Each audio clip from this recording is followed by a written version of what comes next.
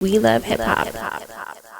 Would that be the same thing? But I don't feel like I go as crazy as like these guys. No, like you're giving your opinion on different things that happen, like with the battle and different things like that. And to be honest, it's not like you're just trolling to troll. Like the man lost the battle. Type shit. You know what I'm saying? But like if people are just like really trying to violate you and you're in the comments and some stuff like that, bro. Yeah. It's different, fam. You know what I'm saying? No, that is true. Like if I just went to do kind of like, oh yo, I love the shit you do, bro. It's amazing. Like I watch every then it's like, all right, bro, what the fuck? Yeah. It's like you would have to have another conversation prior to just all of a sudden, yo. Wait, are we on? Yeah, we are. Oh shit. I didn't let you know the red button's on. You know what I'm saying? That is all right, perfect. But I still feel like that's a good analogy still. Because still like, stand on it. Because I have been critical. So if I just start glazing broski out of nowhere, it's like, all right, dog, like what's going on here? Yeah. No, that's a real thing, man. But you know what? Welcome back. I was listening when I was taking a piss pause. Zara, you were saying like, yo, what's going on tonight type shit, right? Yeah. Can we have like a little quick on-air talk? Like, are you in like a vibe of like, yo, you want to be outside right now? Yeah, honestly, Talk to me. it's even gotten to the point where like when I wake up, right, and I see the sun, I don't even want to go to the gym because the sun is so nice. It's outside time. Like I'd rather work out outside or go for a walk. Like I just want to be outside right now. And like, you know, I got my fresh whites on. I got my cologne. I'm feeling like I'm ready to go out tonight. I'm feeling like a star. You can't stop my shine. I'm okay.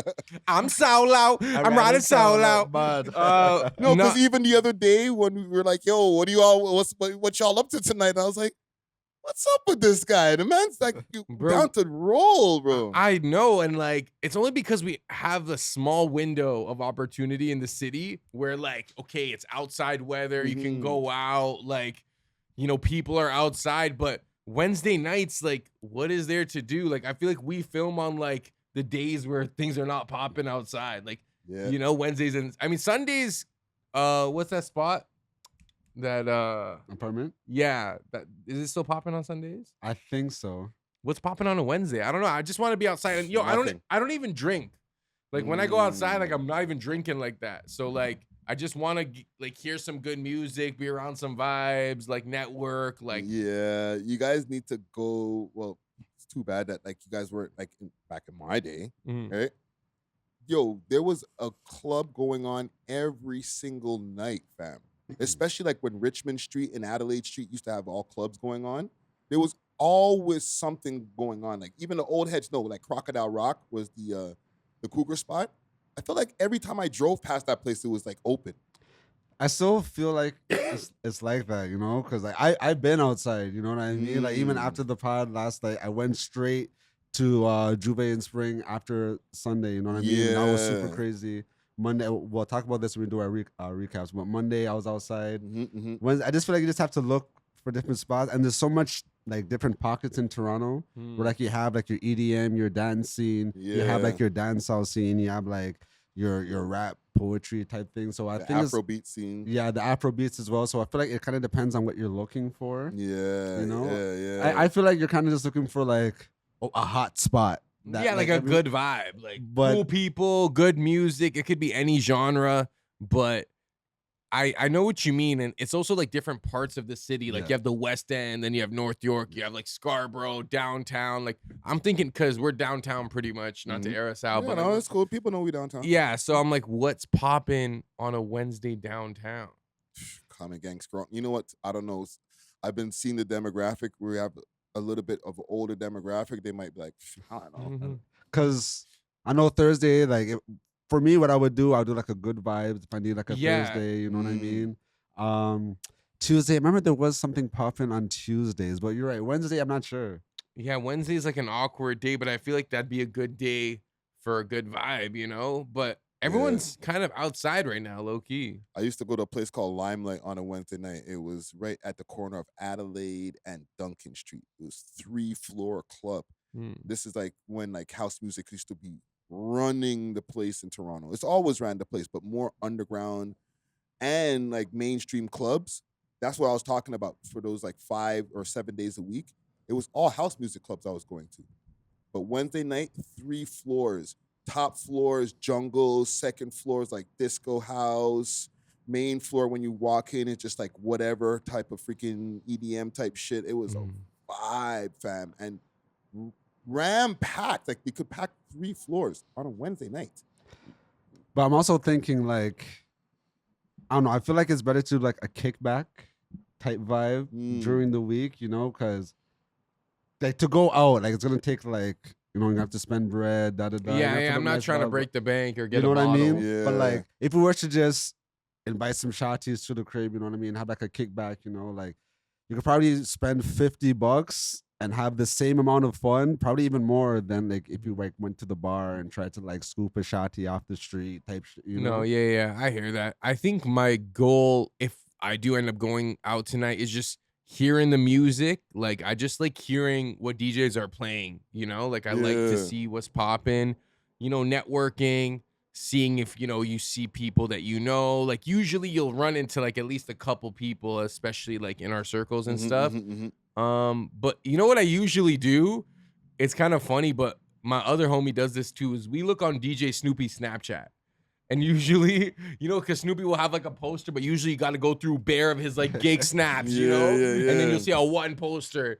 But you're right. It's usually like Good Vibes Thursdays or Baller Mondays. Yeah, it depends, because there's certain DJs I do that for. Like, Rennie's another, well, he was a good DJ to do that for. Now he does like some international stuff. So sometimes we'll be going through and like, you don't have access to those places, you know what I mean? Like physically, you know? So like 42 is another good DJ. Like if you're downtown, because he's always booked, and like he's always booked at like after hours or like certain hot pockets downtown where like and just to give me some information. Y'all put me on. Yeah. These are DJs that are like under 40 years old at this point. Yeah, point. definitely. 42 is probably like my age. DJ Fling is sick as well, and like he's booked and busy as well, you know. So that's sick. Yeah. So like, I just feel like that's a good method. If there's a DJ you like, just like tap into their stories, because like they're always posting their flyers. Yeah. And I rate that like you guys and the people that you just named, you guys are like the new generation of DJs. Like, as a man who's been around DJs for years, like big salute to mans like DJ Ritz, DJ Law. There's a lot of different guys. Jester, Dr. J, Jester, Grouch, DJ Grouch. Like, these guys are like, they're still busy and they're still booked, but they're from like the old regime. Exactly. But you know what's crazy? Like, if I knew where Grouch or Ritz was spinning tonight, I would go still. Yeah, you know, like it's not like they're out of touch or outdated. Like, they'll still play the new music, but they'll hit you with some older sets that like maybe the newer DJs wouldn't be able to pull off. Yeah, and you might be able to pick up a cougar in there.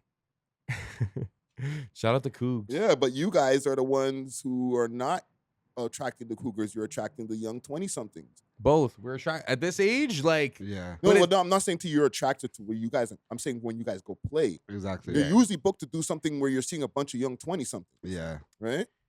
I mean, I do events where it's like I'll see 40 like weddings and stuff where it's like, and I know exactly like when it's like a 40-year-old lady, I know exactly what to play to like get her feeling like she's 20 again. Yeah, because you don't do much like club type events. I don't. Which is not a bad thing. Like low key, the weddings, the proms, that pays way more than the clubs. You know what I mean? When you see mans on the flyers, they're getting like probably a third, or for like when I get booked for a wedding, it's bands. A prom, you getting like a band type shit. You know what I mean? But like when you're doing these clubs in the city, like I'm not gonna say what mans are getting, but they're not getting that. You know? Bro, I've heard like a bill 52 bills because you'll see mans. Yeah, you'll see, man, there'll be like 4 DJs on the lineup. So I'm like, there's no way each of you are making like 400 or 500. Okay, respect. I'll be transparent. For like an hour DJ set, I charge mans like a 350. You know what I mean? A 3 bills. Like, but I heard, and shout out Rennie for this. Rennie charging niggas like a band and shit. So shout out Rennie for just an hour set type shit. You know what I mean? I'm not trying to expose man's prices and shit, but like, but you did. But like, that's insane. But I'm saying no, but it's a good thing. You know what I mean? Like, he brings that value because people will come to see him and they'll probably buy tickets. So that justifies. He built his value up to that point. I'm not gonna lie. There were some promoters that hit me up and it's like, oh, I'm not paying him that, blah, blah, blah. I'm not going to say who, obviously, but I'm like, okay, bless you. Keep your price up there because I could give them the same amount of value when it comes to views and shit. And respectfully, I'm not going to charge man's a man. I'll give you like a 4 bills. You know what I mean? Yeah, With but- promo included. But that price being at what it is, like that also opens a door for other people to be able to charge a premium price. Exactly. You know what I'm saying? It does, but it also, how do I explain? Like, it leaves the door open for people to undercut because it's like, yo, a man like him is charging a band. You could book me for 5 bills. Type shit. You know? And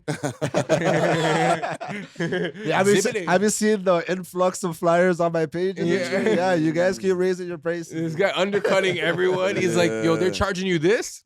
I'll charge you this with promo. I get you double the amount of views. And shit. no cutting the product neither. Not even say shit. But yo, in a Toronto event, right? Like, what is the ideal amount of DJs to have on a lineup? Because the promoters aren't making that much money. No, exactly. I think it wouldn't be feasible for every man to get a band. You know what I mean? Yeah. Like, and respectfully, a lot of DJs don't even have pull like that. Like, Okay, so what constitutes having the pull? if your name is on a flyer, is people going to want to come out? Okay. Type shit, you know, like when people see DJ Snoopy's name on the flyer, they're coming out. They're When they coming see out. Fling's Or name- Snoopy. Yeah, Exactly. When they see Fling, you know, Brandon Duke, Rennie, Dr. J, all these guys, you know what I mean? You get to the Yeah. point where now when they see Natural Wave, they're like, all right, I like him on my Instagram, I'm gonna pull up type shit, you know? So, Yeah, and just one more question, even on that, like, how did you guys build that? Is it just from the proof of concept that every time you've been booked for a party, like you guys just shelled it down? I want to pick up Joshua Lucas as well. I don't want to forget Joshua Lucas. Yeah. But yes, for mans like Joshua Lucas and Fling, because their social media presence is pretty good. And But, that helps, I'm sure, a lot too. But like they don't have the most amount of followers, the most views and shit. Yeah. But their performance in the party is so spectacular that like you have to book those guys. Like once you see them Yeah. perform, the way they interact with the crowd and engage the audience, it's like a real show. Yeah. So like, okay, you could pay those guys. You know what I mean? Yeah. Like, Go you ahead. know what you're saying? No, what I was gonna say is like for mans like Red Links, for example, like when I've seen him perform, I'm like, okay, he's a sick DJ individually, you know? And for mans like Snoopy, I feel like it's more of an association thing where it's like there have been good events that I've been to that Snoopy's been the DJ. Yeah. And Snoopy's a good DJ too, but it might not necessarily be like, oh, you as an individual DJ versus like you as like an overall Brand. cultural curator. Exactly. Yeah, and Snoopy, with also being a good DJ, and this sounds like the Snoopy Glaze moment, but hey, credit where it's due. He also has a super big social media presence. Exactly. So you do a party with him, then a lot of people are going to know about it because of who he is. And you know there's gonna be gal. Yeah. I feel yeah, like that's yeah. also a big draw with him. It's just like he has a big female audience. Yeah. So the closer that you even get, and you know, also natural, like you also have that going on because of your social media presence, right? Exactly. But then even like when you guys are posting pictures with different celebs and shit like that, that also helps to push that narrative. Like, Facts. book this guy. He's the guy. He's around people. He knows music. His parties are sick. Like, And that's why I do like appreciate the fact that I did post on TikTok and stuff because that gave me access to like peer artists that because I got a lot of views there, they wouldn't want me to promote their songs or like when they come to the Yeah. city, they want to tap in because when they search Toronto DJ like I pop up, you know. So even for artists, that's why sometimes having a strong social media presence is important because it's that like people if they don't see you they forget about you, you know. Yeah, So yeah, like yeah. if you're constantly on their For You page, if they're constantly in the blogs, if they're constantly seeing your face, you have that association like Zara was saying. hold on, Yeah. Tar. Let that stunt breathe for a second. If you put in Toronto DJs, Tight shit. he pops up. That's actually a crazy SEO hack. That's insane. I'm not the only DJ that pops up, of course, you know, but like But like even if you're at the first page, like that's an Shit. accomplishment. Right? Look up Toronto DJ in the dictionary. Yo, so Club. I wonder if someone Googled it, it's like I didn't see him on the Google Toronto DJs. There's somebody in the chat right now doing it like cap. that says something about your algorithm. Right? You don't know where the good shit is at. The algorithm is sending you some bullshit. Yeah. One last thing I'll say with DJs and drawing a crowd, like I feel like some DJs, their mic work is their draw. Other of them, it's like the Mm. song selection, and then others, it's like the overall brand and aura. Yeah, you know? yeah, And yeah, sometimes yeah. it's a combination. Combination. Combination. Yeah, man. Listen, I had a pre-topic, but fuck it, man. I think that was a good enough topic to get into right here. Let's get into some shit, man.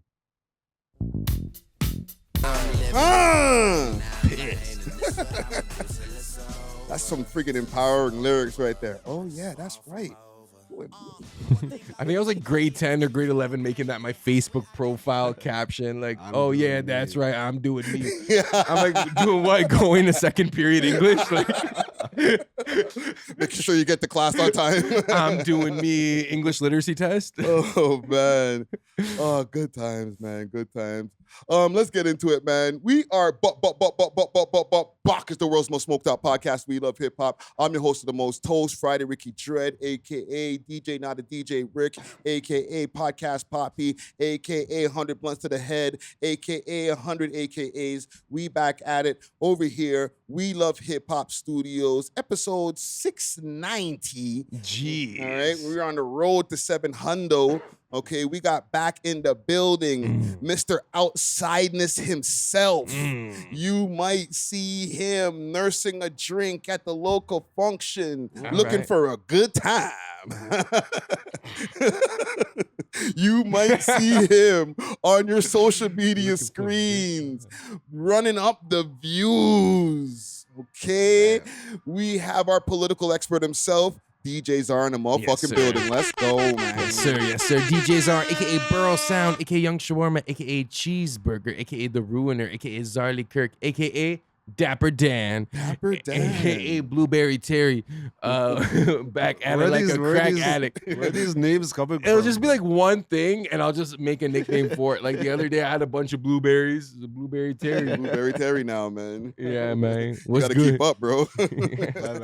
Welcome. Yeah, man. Well, welcome back, sir. Welcome back, sir. And we have, I'm not going to call him the resident shit disturber. We're going to call him the resident Gallus. Okay, all right? Our resident. All right? Mana Gallus himself, okay? You might see him at the jam running his own dub plate, making them other DJs look a mess. Okay, you might see him running up the views with a bunch of shotties in his kitchen. Okay, we have our DJ and content creator extraordinaire himself, DJ Natural Ape in the motherfucking building. Let's go, man. I already know, still over 1 million views a week, still pushing, you know what I mean? We're gonna see how far we take it by the end of the year. You know, shout out everybody listening. Right? Our view shamer also himself. The view shamer. Welcome back, sir. Here to inspect all stats. Yeah, you gotta have at least 5 digits to talk to this guy. Exactly. But welcome back, sir. Yes, welcome sir, back. yes, sir. And big salute to our shooter, One Take Jake over here. Air horns. Good. What's going on, brother? What's going on, man? Out here making sure that we look nice and clean on these cameras over here. Before we get into anything, I want to salute some of the sponsors. Okay, starting with Gamdon.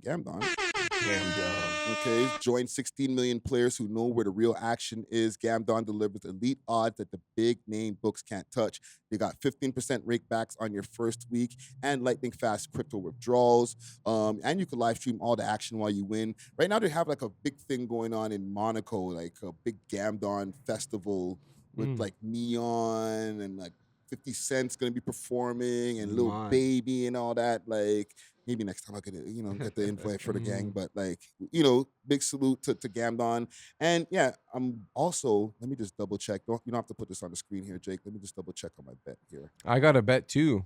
What you got going on The there, first brother? game's going on. I got a parlay. It's just like a 7-leg parlay on the Spurs and the Knicks. 7-leg parlay. The man's speaking language. No, 8 legs. 8-leg parlay. Holy. On his octopus shit. I know, right? For the people in the audience, you guys know what that means. I'm like, I probably mean like 8 legs means like there's 8 parts to the bet type shit. Yeah. Okay. So that's what increases. Like this turns $40 into $328. Oh shit! If each one hits. So keep your fingers crossed, boys. I mean, it's looking all right now. Yeah. De'Aaron Fox got to score a little more, but everything else is looking pretty copacetic. That's a come up still, yo. Yeah. No, come on, still. No, that's dope. That's dope. Well, listen, man. Join the action, okay? And I just bet on the Knicks. I don't have the 8-leg octopus parlay or whatever. Spurs are gonna win the whole series, bro. I'm sorry to break it down to you, but it's rigged. You think so? It's rigged. I don't think they're gonna give it to Wemby this time.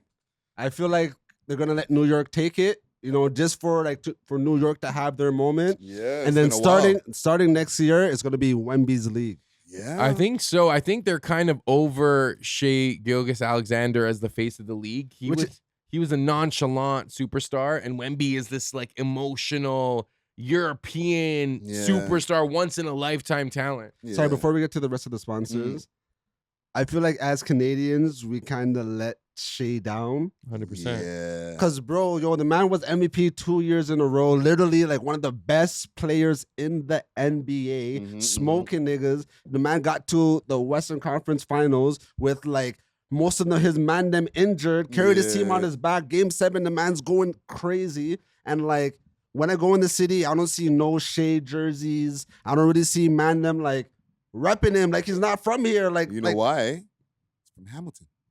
So? Nah, that's so we're like, you know how we are over here, fam. If he was from Jane or if he was from Morningside or something like that, man, them would be bigging him up way more. Nah, remember when we had that guy Delano Banton? Yeah. I didn't see Banton jerseys everywhere. Wiggins, we got behind Wiggins. Yeah, and what was Banton really doing?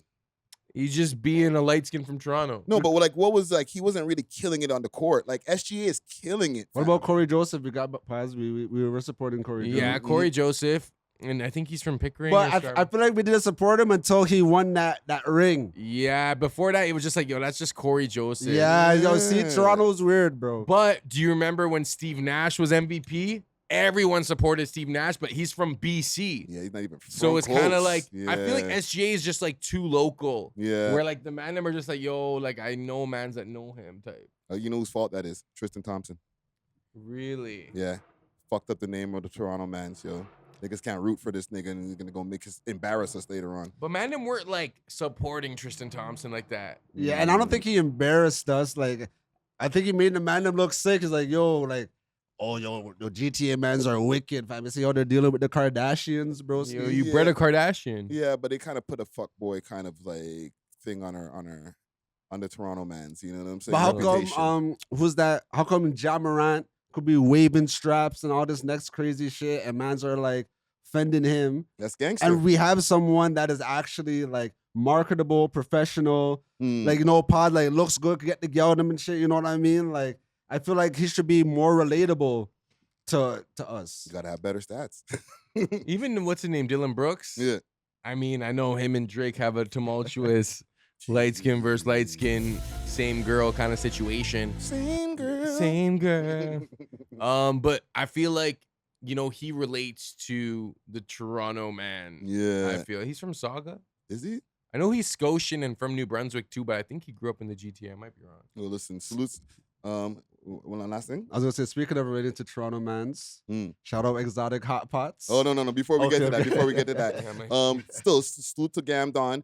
If you want to get in on some of that action, please use the code welovehiphop. Okay, it helps also with the podcast. It shows that you support the network. Okay, the link will be in the description. Just go to the website gamdon.com/r/welovehiphop. All right, and get in on some of that action. Also, now, salute to Exotic Hot Pot, okay? All right, from high-grade strains to authentic grab and all the rolling essentials, Exotic Hot Pot is about elevating your smoking session in true 5-star fashion, all right? Nothing but the quads, all right? Now, hit them up if you want delivery in the GTA. That's Exotic Hot Pot, or go to the website, exotichotpot.ca. Let them know that the We Love Hip Hop boys sent you, and they'll definitely give you a discount. Last but not least, big salute to Road Ready Detailing. That's over at 750 Oakdale Road, Unit 66. You can get your cars detailed. You can get ceramics, tints, anything that you need, okay? Hit them up on their Instagram page. That's Toronto Road Ready Detailing. Oh, and you can get your cars detailed, obviously, right? And hit them up, Toronto Road Ready Detailing on Instagram, or go down to the location, 750 Oakdale Road, Unit 66. If you see the boy Dusty Wallace, let him know that the We Love Hip Hop boy sent you, and he'll definitely give you a discount. Scene and big salute to Dusty Wallace. Gentlemen, how y'all week's been? Anything that we can do this weekend that y'all are playing at? I got 2 weddings this weekend. Okay. So yeah, try not to pull up there. Yeah. And then I'm gonna be at Lank on Sunday. And yeah, we're getting prepared for the World Cup. 4 a.m. last call. Oh, you guys are doing the 4 a.m. last call because it was by choice, right? Yeah, they're definitely gonna make us do it. And I think it'll be good for the strippy because like I feel like it starts to get popping around like 2 anyways. Mhm. And you know, a lot of the after hour spots are like strip club oriented. True. So I think it's gonna be good. I'm not looking forward to the hours, to be honest, because it's gonna be a lot of caffeine. It's gonna mess up my sleep. But if the money is worth it, then Yeah, the I'll make hours more are money. brutal still. That's kind of hectic. crazy. Can we unpack that for a quick second? Because like you said, like the girls, like it's kind of like after hour vibes, and a lot of the times the after hours are for people who are working in the bars, the girls to go to after for them to unwind. Yeah. So what now? Well, Because like everybody could just go to the strip club at like I could just walk in at 3 a.m. I'm at the afties pretty much almost. Yeah, I mean, people might still go to after hours after 4 a.m. There are people like that. But a lot of the girls that go to after hours, it's not to unwind. They're working. They're getting paid to party with these guys. Yeah. See if they can pull a trick. They usually will go to the after hours with a trick. Or like, yeah, they'll go there and just chat up mans and see what they could pull. But I'm interested to see if it'll make a difference. There's so many road closures around that area during the World Cup. So I feel like transportation is going to be really weird over the next month and a half. Yeah, it's gonna be kind of crazy. Even like they're saying there's like a lot of like transit like adjustments and stuff that they're doing because of this. So It's going to be a disaster, bro. Yeah. Other than that, you're good? You're good? Yeah. Everything blessed. Okay, what about you, DJ Natural? My week was crazy. Like I said, after the pod, I went to Juve in Spring with Father Phyllis. Shout out Marlon. He performed as well. I'm not sure. I think he lives out here now, but he's from one of the Caribbean islands. I don't want to get it wrong. Was from like Grenada or St. Vincent or one of the. I don't want to get it wrong though. But he has a huge crew, so like he performed as well. But it was one of those. Can you go to my Instagram real quick? It's like one of those paint and powder. I seen your shirt got mosh up. Yo, bro, what I was wearing at the pod, because I went straight after the pod, right? So, bro, as soon as I walked into this, it was like an outdoor thing, right? I got bombarded, broski, pure powder paint, you know what I mean? But like that's like the vibe, you know what I mean? So like if people rock with you, they're like, oh, hold shit. on, you were wearing like the denim looking fit that day? The light blue hoodie, right? I was wearing the polo set. What is it? No fear. What is it? Denim no. What did Drake call it? The denim fears. Denim fears. Yeah. Oh, they mash up that. So this thing here. This? Yeah. Because I'm seeing paint. That's the first thing I seen with paint. Yeah. So that's me. That's Father Phyllis performing.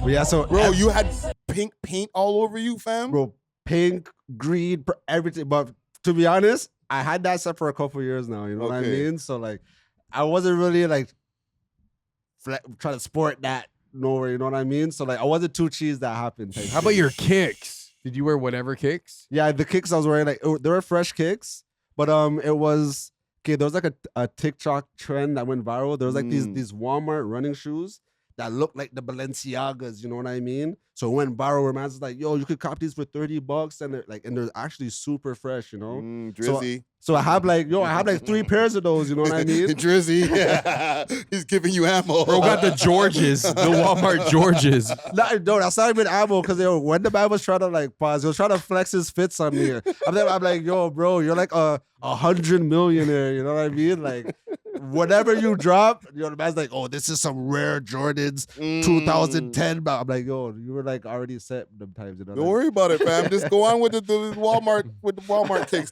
Keep going with the story. Yeah. So honestly, I didn't mind. The only thing that kind of like I had like my Coach bag kind of got messed up, but you know I wanted to replace it anyways. You know, so I just took it as a side. Where like, hold on, bro.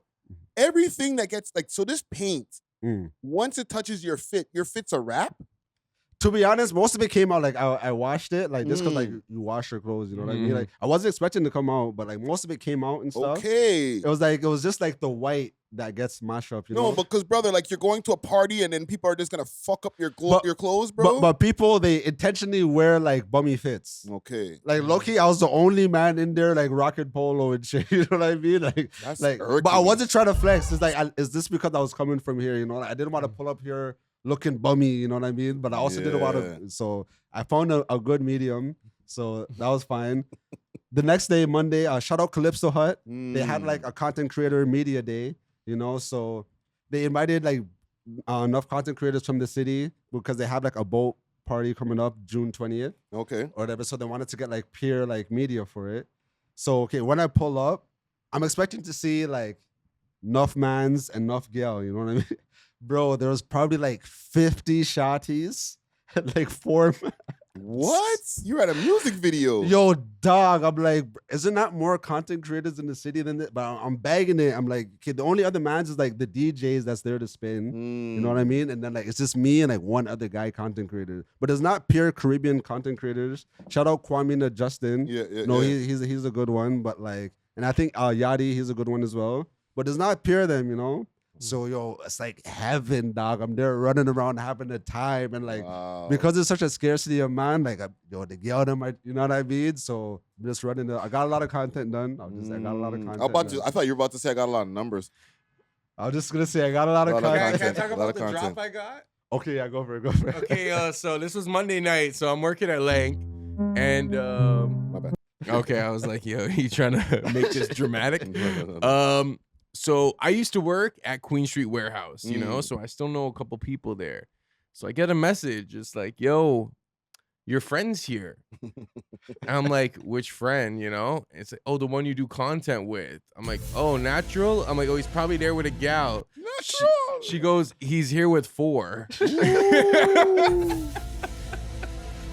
Yo, okay, respectfully, she gassed it. I was only there with 3. 3, my bad. That's my mistake then. My mistake. Only But she 3. said, no, he's here with 3. I'm like, yo, he's a guy. And yo, look, it was facts still, you know what I mean? Like, Oro was farmed. no, facts. Like, obviously, I wasn't fucking all 3 girls, you know what I mean? But Yeah. like, low key, I'm there, you know, I'm setting the trap, you know what I mean? Like, I'm planting the seeds. Yeah. Setting the trap sounds kind of crazy. Yeah, I'm planting, I'm not trying to be, put a Molly in the drink. She didn't even, we're not doing that. We're not doing that, you know what I mean? Like, that's why you get punched in Vancouver. That's what you know what I mean? So, you know, we planted the seeds with the girl, though. So that was, shout out Calypso Hut.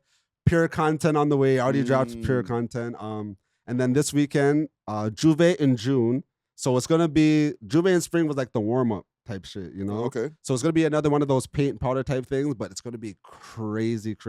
So that's happening during the day, and then at night, Take Jab is happening. Tall Pre is gonna be performing. He's from Grenada, I believe. I should know this, you know, but he's like one of the biggest artists from Grenada. You know what I mean? So that's gonna be crazy. Take Jab is going to be like the warm-up for Jab Juve, which I'm DJing as well. That's July 31st. It's like one of the biggest like festivals, soca festivals. So it's about to be crazy. You know, just go on my Instagram to see these flyers. One take, Jake. Pull it up right here.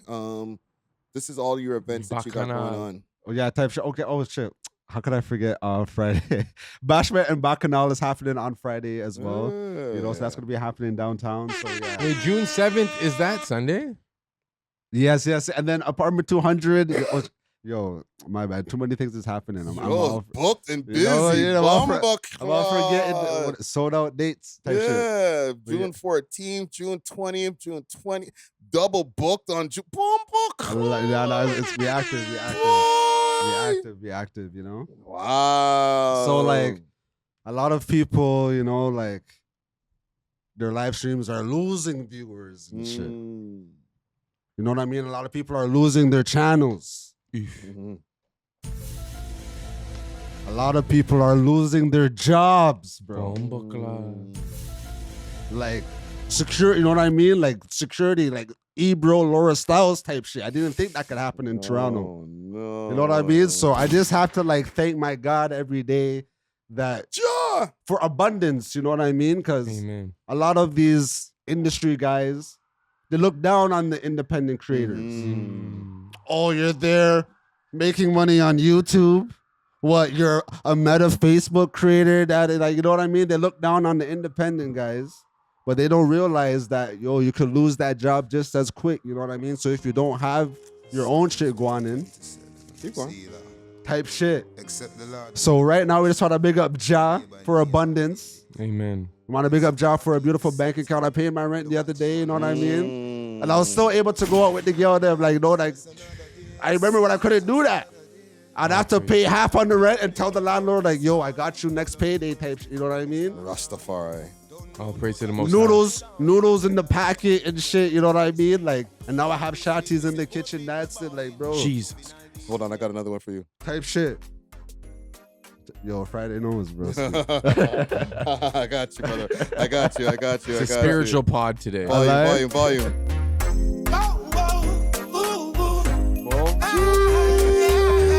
That's natural driving on the highway. Type shit. Yes, Rasta. They don't like to see when you prosper. Turn a new page, start a new chapter. Oh, man. You want to be in the dirt to know what So, you know, everybody that, like, woke up this morning, just give thanks for what you have type shit. Yeah. You could lose it in an instant. Yo, I have a question. The paint powder thing, right? Is that specifically like a Trini thing? Is that like an Indian thing that what like the Indo-Caribbeans adapted for Carnival? Like Jamaicans, do you guys do that? Nah, the Jamaicans do not do that at all type shit. You know what I mean? Like, so. Because like it's kind of like Diwali-esque, right? Like, isn't that what they do during Diwali is they'll have like the paint powders and like. I don't know. But I'm not sure if it started in. I feel like it's more of like a Grenada thing because those more of like the jab parties were the powders and stuff, and like the fets. It was like powder fets, and jab is from Grenada, so it's like more like Grenada, St. Vincent, and jab is that those painted face people and stuff like that. Yeah, exactly. So in Grenada, like for their carnival. Because, like, you know how we have Caribana, Trinidad has Carnival, like, so for Grenada, crop like... over for Barbados, don't forget my BHN. Crop over is one of the big ones as well. Notting Hill is in the UK, but, so in Grenada, enough people will paint themselves all black, and then, like, they have the helmets with the horns and stuff, and, like, it's to celebrate the independence and the liberation and stuff, you know? So, yeah, that's actually a good... good question. Yeah. You know, salute to all of my Caribbean people out there. And, you know, salute to y'all, man. Again, I always say I live vicariously through y'all, man. Y'all are outside just doing different things that, fam, I used to be outside, bro. And I'm like, now I'm staying in. So doing the 30 for 30. Shout out to you. For 30. Yes. Day 9 right now. Actually, day 10 is going to happen after this podcast episode. I'm feeling good, man. I'm getting in my stride now. I'm not losing my voice. I think I'm ready to do the other 20 days, man. Jeez. You got this, bro. Yeah, Easy. yeah. And I've also been like planning a streaming schedule in my mind. Yeah. So that once the 30 for 30 is done, people can get constant streams in between podcast episodes. And I even watched the thing you did with the guy that did the production on the 2 Drake. AP Melodies. Yeah. That was so mad informative. He did, CBC did a special on him, right? Everybody did, man. I found out about him from watching CP24, and then I reacted to it on the live stream. Then I got him on the stream the next day. You know what I'm saying? So, bro, we're going to be doing more interviews on stream. I got, I can't even reach for it right now. Hold on, let me actually... I lied. Jesus, Friday has something special in the bag. Some up his sleeve, ladies and gentlemen. Fam, I bought these. Hey, right? I love those. I have a pair of those. Yeah. Right? So I'm ready for the IRL stream. Jeez, the DJI Mic Minis. I love those. Going down, bro, man. At 50 years old, I've become a streamer. Okay, speaking of the mini mics, I see someone has to teach Natural how to edit. Zara, would you like to? No, that was my bad. Still, whole audio. I don't know. Like what happened was just the gain was just too much on the video that Natural and I did. Plus, Natural do be loud on the mic as well, so it was amplified. Because even mine, like, I got a couple comments like, "Oh, turn your mic down." Something I know, you know, but. Hey, bro, it was still W content, regardless of if it was clipping or not. You know, I put a limiter on mine because I edited it in post. Obviously, you probably just edited it on your phone, so it's just peeking. But we know for next time. Yeah. Now you guys, I'm gonna learn from y'all mistakes. Now I see. I have the all-seeing eye. Every comment, I see everything. Yeah. Y'all can't get away with shit. But let's get into our topics. Right, starting with Jay-Z. This episode is sponsored by Gamdon. Join 60 million players who know where the real action is. Gamdon delivers elite odds that the big name books can't touch. 15% instant rakebacks on your first week, lightning fast crypto wallet withdrawals, and you could live stream the action while you win. Right now, you can use the code welovehiphop at gamdon.com/r/welovehiphop to start earning free rewards. Again, that's gamdon.com/r/welovehiphop and start winning. Big salute to the sponsors. Cheer. Okay. Since Jay-Z did that Roots Picnic thing and everybody's been reacting, people have been saying that he's going to drop music. All right. There's been a post, I guess it was from NFR. Okay. If you could pull this up on the screen, Jake. This and salute to NFR, our Montreal brethren. Okay. They said new Jay-Z album dropping soon, according to the Joe Budden podcast. So the JBP talked about this earlier today. This is what they assume. And I'm going to see what you guys think about this. Before the album dropped. I've been saying the whole time that he's not putting an album out and nothing's coming out. I talked to somebody last night who's pretty close to it, and they said they couldn't give me any more evidence than I asked for, but they said it seems pretty certain now. The hair thing is a great point. Yeah, the hair did it for me. The hair did it for me, but then I heard somebody who's working on the album allegedly saying that it's coming out soon. So hair before the album dropped. All right. So somebody close to the camp gave Mark Lamont Hill some information saying that it's probably a thing. Okay. And doesn't he normally like alter his hair? That's the thing that's why I want to ask you guys, because they're like, yo, the hair. Like, I guess he does a hair switch up or like a revamp. But thank God he took them wigs out, bro. No. Hold on. I had this rant the other day on the live, fam. What do you think happened here? Okay, this is not about the music and whatever. Let's just get into the man's hair for a second. How the fuck do you go from dreads to a big ass afro? Nah, you could comb out your dreads. You can't comb out dreads. It's dreads. You could comb out I watched a time, not a whole timeline, but I watched a man do it on TikTok, bro. Like it took him 8 days. No, it was probably longer than I think it was like 10 or 11 days, bro. Where like day one, the man only was able to comb out like 2 strands, like 2 of the dread strands type shit. And then the man, like, you basically have to like, it's very fine. It's kind of like taking out your braids, but like way more intricate. You have to like really strand it out and like. Yes, because the concept of dreads, as somebody who's had dreads, right, is your hair mats together into dreads after a while. You put beeswax, you put different things so that it will like start growing together. And you lose a lot of hair in the process, definitely. Okay, so then 56-year-old man. Okay, again, gang, I know this has nothing to do with the topic, but it's I can't get past it, brother. Okay, you're 56 years old, you cut your dreads, and your afro's this big. Yo, the man's a billionaire. Who knows what kind of procedures he could get done? Who knows? Yo, the procedure is called wig, bro. Okay, wait. Okay, this is someone who's non-black, so I'm trying to understand black hair here. So when you get dreads, right, you can't undo them like in the same way you could undo braids? From my understanding. Not in the same way. It could be done.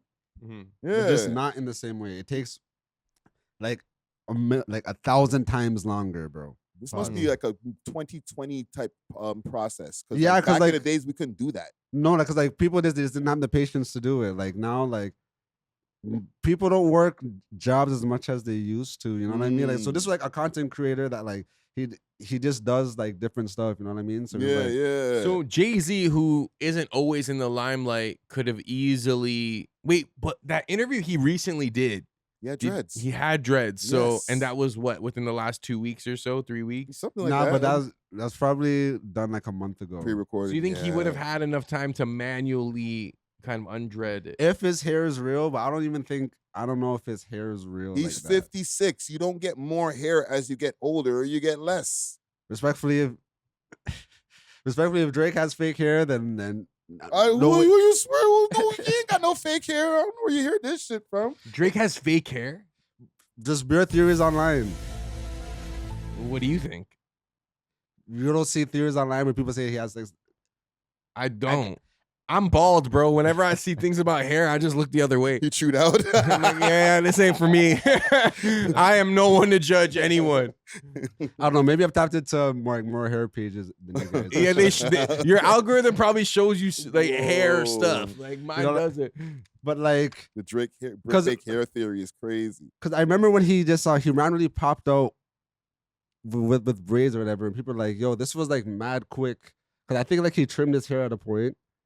And then he popped out again, and like, cause he had mad hang time pause. You know what I mean? Like, but Drake be dropping pics of your hair. Yo, does that mean I could get fake hair too? Like, if it's acceptable, like if all these guys are doing it, like what if I just popped out with some braids? Brother, if you pop up a cornrows one day, we're gonna have to have a conversation. Why is it cool if Drake does it? To be honest, it is acceptable because like I don't have extensions in my hair, but like the shorty that does my hair, because I was doing an event called So Blue, she's like, oh, let me put blue in your hair. So she added like blue to my hair. So like people could argue that like, oh, you added shit to your hair, da da da. But regardless, I still have like mad hang time and stuff, da da da. You know, so Flexing. I think at this point, people don't really care. You know what I mean? Like, Yeah. Okay. I'm getting a toupee. I don't want to get too sidetracked on the hair thing. It just was fucking my head up, bro. So y'all think he's gonna drop? And if he does drop, will we care? Like really care?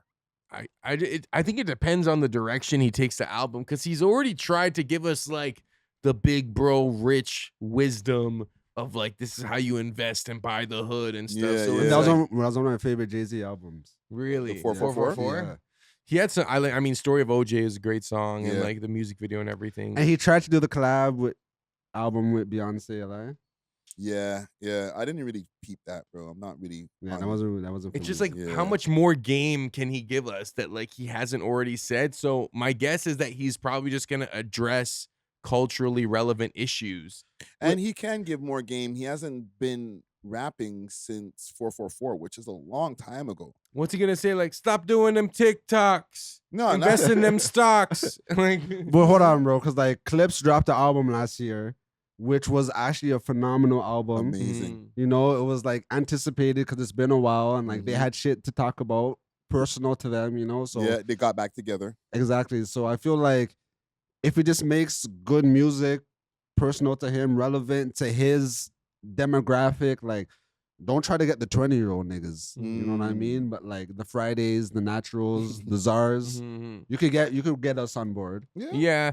Okay, so what type of beats do you feel like he should go on in Like- this album? Like how the clips went. Like they went with Pharrell. Go check out friggin' Just Blaze. The people that gave him the heat before, and let them give him updated beats. You know what Even I'm saying? a conductor, I wouldn't mind a conductor. Conductor for you sure. Primo, get another Primo beat. You Maybe know a what little I'm saying? Alchemist in there. So like Alchemist, modern boom ooh, bap. Yeah. Okay. You know, even Derringer, who does beats for Griselda, or Oh yeah. when Griselda was together. You know what I'm saying? Like, just get people that people like their music that are older, Yeah, who are making those guys beats. exactly. You know what I'm saying? Yeah, I mean, if he drops an album, we're all gonna listen to it, and Hold on, even before you say that, more producers, because remember, he has access. He's Jay-Z. Yeah. If he wants to go for a big hit, he can get a London on the track. He can get any big producer. Timberland can get back in the studio and give him a hit. Like, you never know, fam. but could you see him releasing a single that tops the Billboard Hot 100? If he gets the right combo of people together, you never know. Yeah. You can see it, at this age. Bro, his wife is Beyonce, bro. Yeah. He just has to get her on the tune and they're out of here. Type shit. Just have her like, just get a Beyonce song. You know what's gonna go. You do a little verse on it. Put that on your album. Type shit, and that's all you need. Like, Yes. Beyonce's last hit was literally This Ain't Texas. Like, it was a country song. Like, I feel like even Beyonce's not as relevant as we once saw her. but they don't need to have like a super club smash. They just need to have like, cause I've been seeing these videos of like these kids recording their parents listening to these AI tracks or whatever, right? And like it's these corny like, oh, I am better than I was yesterday. I will survive. Like so if Beyonce does one of those like ballad types, empowering for the girl them, you know what I mean? The Beehive shorties will get behind that. And then the whole Vengers, when he does his personal verse about going against the big wigs and shit, they'll be behind that as well. Yeah. Let me do y'all one better than Beyonce. Okay, respectfully to the Beehive. He could fuck around and get Taylor Swift on a track and be like, what about now, Aubrey? Jay-Z and Taylor Swift. That sounds nasty. That sounds. It does sound nasty. It's It gonna sounds be like a forced number one, though. no, it's gonna be a bad song. It's not gonna be good, but you're gonna keep on hearing it. You're gonna have to play it because they play it so much. I don't think we're going to spin it at all, but Hold it's just on. going to be on the radio. Hold rotation. on. When Jay-Z dropped that Forever Young, hated it. Yo, I love that's what That's a good song. that shit. Yo, that's like a Jamaica staple song, bro. Because Busy Signal did a remix to it, called Jamaica Love. So like, just Jay-Z using that sample and like drawing for like that white man to get that demographic, like the way how it penetrated the world. Yeah. He could do something like that but he just has to do it right, you know? Like just the thought of it sounds nasty though. Yeah, maybe Bad Bunny. That would suck. It's going to sounds suck. nasty, bro. No, sounds I'm not nasty. telling you songs that are going to be hot tunes for us as the listener, but for the worldwide appeal to get that big smash, he could just draw for that. Bro, we all know who he's going to draw for. Who? Kendrick Lamar. Oh, that's happening. And that could be the that's song that goes happening. #1. Oh, that is the one that's going #1. Jay-Z and Kendrick. And it doesn't sound too nasty where it's like, it kind of makes sense. And that could be a Drake response. I think it's Go to the risky. Czar. This is where they go crazy and they both go diss the shit out of Drake. I think it's risky. Oh, For who? I think it's risky. For bro. Kendrick? Nah, cause like, They could have a legendary back and forth. okay, That's very hard to deal with. Two freaking powerhouses getting crazy just white flag, bro. No, you have to go back. There's two of them. nah, cause it has to hit though. Like, what if it doesn't hit? Then they both look like waistsuits, bro. Nah, but what if they go do a back and forth, like 2 bars each, 4 bars Nah, each, that back. That sounds gay, bro. You guys went back and forth on me, bro. Like what? Yeah. What? Like nah, bro. You're like, making it sound gay, okay? Styles and Jada are the kings of that shit, okay? That Smith and Wesson, that style right there. And you know what? They don't even need to do that style. Just being on a song together and they're both dissing the boy. That's But, about like, a long night, bro. he just spent his whole rollout talking about, oh, I'm above him, I'm better than him, I don't even need to acknowledge him like that. But I'm gonna draw for your biggest op, and then we're gonna like tag team you. Yo, Like, you know what I mean?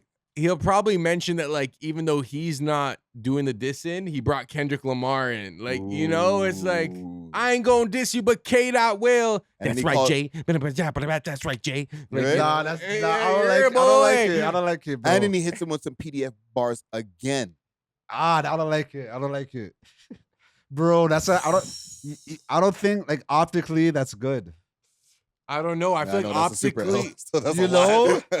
No, but at the same time, if they do it right, it will be a long night. and the machine will push that Oh, song to Lord. the ends of the earth. Imagine Dr. Dre on the beat, Oh, with Dre on the beat. West Coast. Yo, that's a And Lucian Grange pushing the button. Oh, that's a nightmare blood rotation, bro. Like people like get these. Get Jimmy Iovine in the Yeah, room. look, But like they're like in their mind, like that's probably the only way they could respond. Like, okay, we're gonna get Dre, we're gonna get Kendrick, we're gonna get Jay-Z, and we're just gonna push this song. that's one that seems way too corporate, and two, the audience is gonna be like, okay, you have a man that's on the list, you have A wife beater. two woman beaters, and you have like if you get Pharrell producing like that's ill, bro. Like Drake already sunned all these niggas except Kendrick, Yeah. bro. Like respectfully. And I want my chains back from you. That's my best Pharrell impression. but respectfully, I feel like it being corporate is what they want, because I feel like it's just like there's a clear line in the sand now, and everyone knows who's on the corporate side and who's not. Like Jay-Z, like he's corporate. Kendrick, pretty corporate, even though he Yeah. seems like he's not. Instant Grammy Award for that song. But Kendrick still like has the Hotep people that believe that Kendrick is against the grain and stuff. Like once it's once it's like stamped that it's I don't know, once it seems too corporate, I feel like that's gonna make Drake seem like the underdog and it's gonna make people root for Drake more. Hold on, 100%. brother. That ship has sailed. Maybe there's a little 1-2 that are holding on to that, fam. We've been seeing on the world scale now who's really the corporate darling, fam. The Pulitzer It's Prize. true, Yes. but people still he broke away from the label and he has this PG Lang thing now, so oh, he's working against the system, he's using them. Who said that? There's theories say that, oh, Lucian Grange didn't use Kendrick. Kendrick used Lucian Grange so he could get his thing off on Drake and he could run it up using them type shit. And then now he utilized the Super Bowl for his new tracks because those were his independent songs. Like, no, that's the theory. You know what I mean? That's what Man's saying out there, bro. I know. I heard the independent part with the Super Bowl and all that, and that's all fine and dandy. You're not independent, fam. PG Lang is signed to Universal. He's more independent than Drake. Actually, at this point, we don't know. Drake is completely independent. He's a free agent. This man's still part of the machine. So if the machine starts going against Drake, that's going to be like some Tory Lanez shit. Okay. Before we get too far down the wormhole, one, let me ask you guys before I ask about the Drake part. Does Jay-Z even diss Drake? Because we went through like a whole dream speculation, dream sequence, right? But does he even like address him? He said something about him in the freestyle. Remember, there's still the Yankee Stadium shows that are going to happen, so I'm sure he's going to give him more bars there. Maybe. If he gives him more bars in the freestyle, then the album is, we're not even focused on that, on the boy. You don't think so? I think he might give him a little bit of corporate talk, like, put on the big boy pants like that. I can't see him not mentioning Drake. Like, he will definitely. By name? By concept, by principle. His subs for sure. Acknowledging the situation or the overall cultural climate. Like, I think there will be a Drake acknowledgement. I don't know if it's going to be a direct diss or something a little more subtle. Like, maybe they'll try to do me like the Canadian. Like, I don't know. So now, if that happens, what happens now? I mean, like, does Drake... These niggas are not going to go into a head-to-head battle, bro. Why not? We need this. Drake versus Jay-Z is the real battle. Bro, that's like old era versus new era. That's like historic What hero new era? versus villain. Not like new era, old era, but it's like the end of like a reign and the beginning of another in terms of like just royalty status. Yeah. Who's really the freaking who really got the throne now, bro? It'll be like if Michael Jordan and LeBron like did a 1v1 right now. It's like we don't want to see this right now. No, bro. it's more like Washington Wizards, Michael Jordan versus like Kobe, but like refined, like primetime Kobe. So who's Washington Wizards? Freaking Jay-Z? Yeah. No, I'm saying because like Michael Jordan right now is old. Jay-Z right now is old. LeBron is respectfully on his way out. Drake is about to be as well. Like we don't know how Drake doesn't have another 20 years. He doesn't have. Maybe 10. Maybe. If he wants. I feel like he doesn't even want that. Right. But okay. So you think the world like wants to see Drake and Jay-Z diss each other? Be like, I don't know about the world, but I know I want to see that shit. Yo, because I was watching your Dame Dash reaction, and it was kind of like he was saying that it's pretty much set up for like Drake to take out Jay-Z, and that Jay-Z's time has kind of come up, and that even the powers that be are kind of done with Jay-Z, but they're also done with Drake. So maybe they're trying to like, I don't know, take out each other? get him out. Yeah, maybe. Because I remember Jay-Z had this bar where it's like, with the same sword they knight you, they go and good night you with. Shit, that's only half if they like you. That ain't even the half what they might do. Don't believe me? Ask Michael. See Martin, see Malcolm, see Biggie, see Pac, see success and its outcome. That's hard. So maybe this is Jay-Z's time, and maybe now he's trying to like reach out one more time to like regain his soul or regain the heart of the audience, because he's like, yo, these guys are low-key done with me. Okay, so let's for funsies, if they do engage. Who's winning that? Drizzy. That was quick. I think Drake would win it commercially. Yeah. Holy, I wish I had some Jeopardy music and shit. Yeah, I think Drake would win it commercially, but like it would just seem like he's beating up on an old man. You know what I mean? Like, really?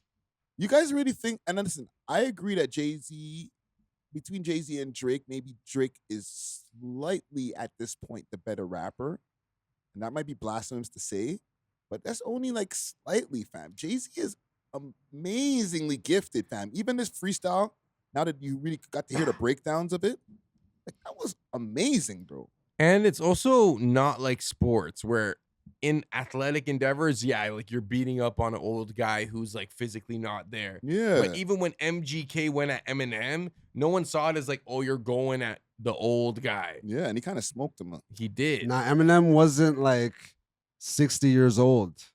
I mean, he was like pretty old They're compared pretty- to they're pretty MGK. close. There's probably a bigger age difference between Eminem and Eminem is not even MGK. 60 years old now. No, How old is him he? and Jay-Z's not 16 either. He's 56, and I think M is probably the same. And that beef was like 10 years ago. What, the MGK versus M? It wasn't in the 2020s. All I'm saying is the age gap between MGK and M is probably comparable to Drake and Jay-Z. If anything, I feel like Drake and Jay-Z are probably closer in age. Yeah.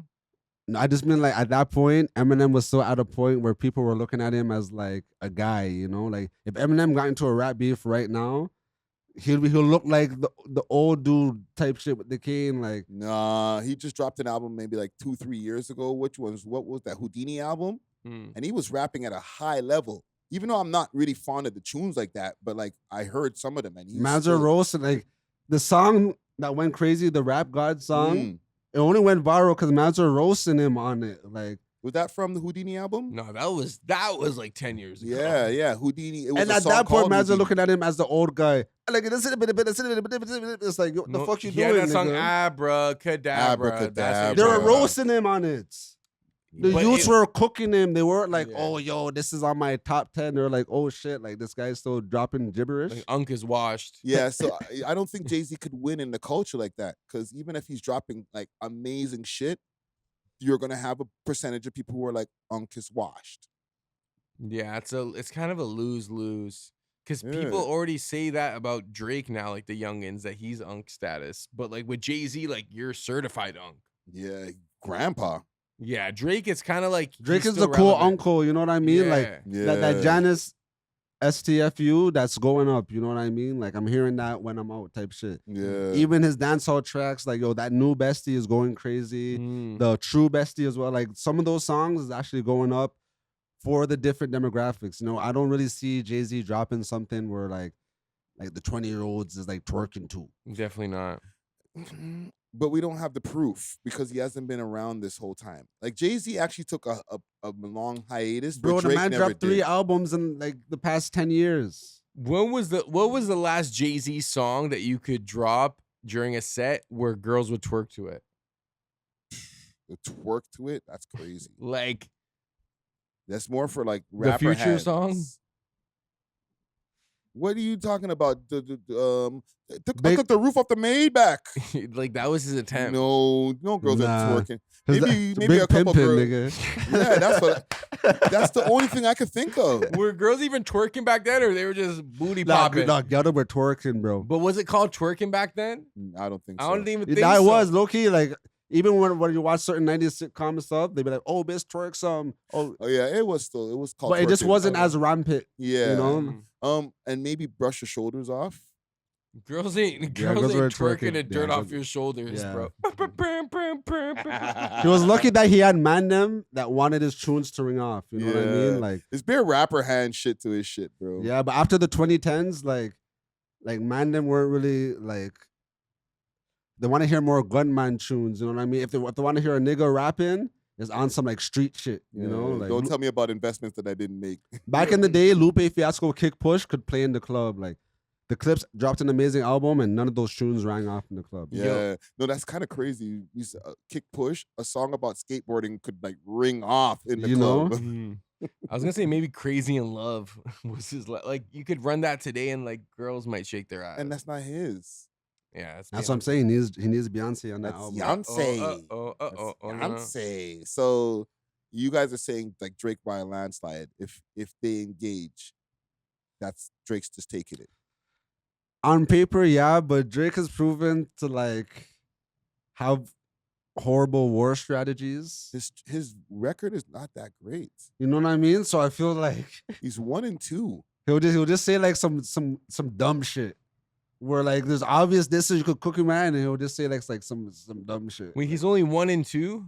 One with Meek, then he lost to Pusha T by not being even able to respond. He means like 1 win and then 2 losses. I know, but what about Common? Okay, 2-2. No, 1-2 and a draw. Because Common said what he had to say on that song there, the bitch. I forgot the name. Sweet. And then he responded in Stay Scheming, and it was cool, but he didn't like dedicate some shit to Common. It wasn't like, oh, Common's done. Yeah, it wasn't a battle. How about Kanye? They never really battled like that. It wasn't like, it was more jabs and like subtle bars, but I feel like he kind of like got the better. Like I'm talking about real engagement. Like, okay, we knew when Pusha and we knew for sure when Meek and Drake were battling. Yeah. Okay, it's up. We don't want to hear you rap about anything else. No subs. Song dedicated to him. Respond. Okay, that's what we're talking about when it comes to battle. Joe Budden.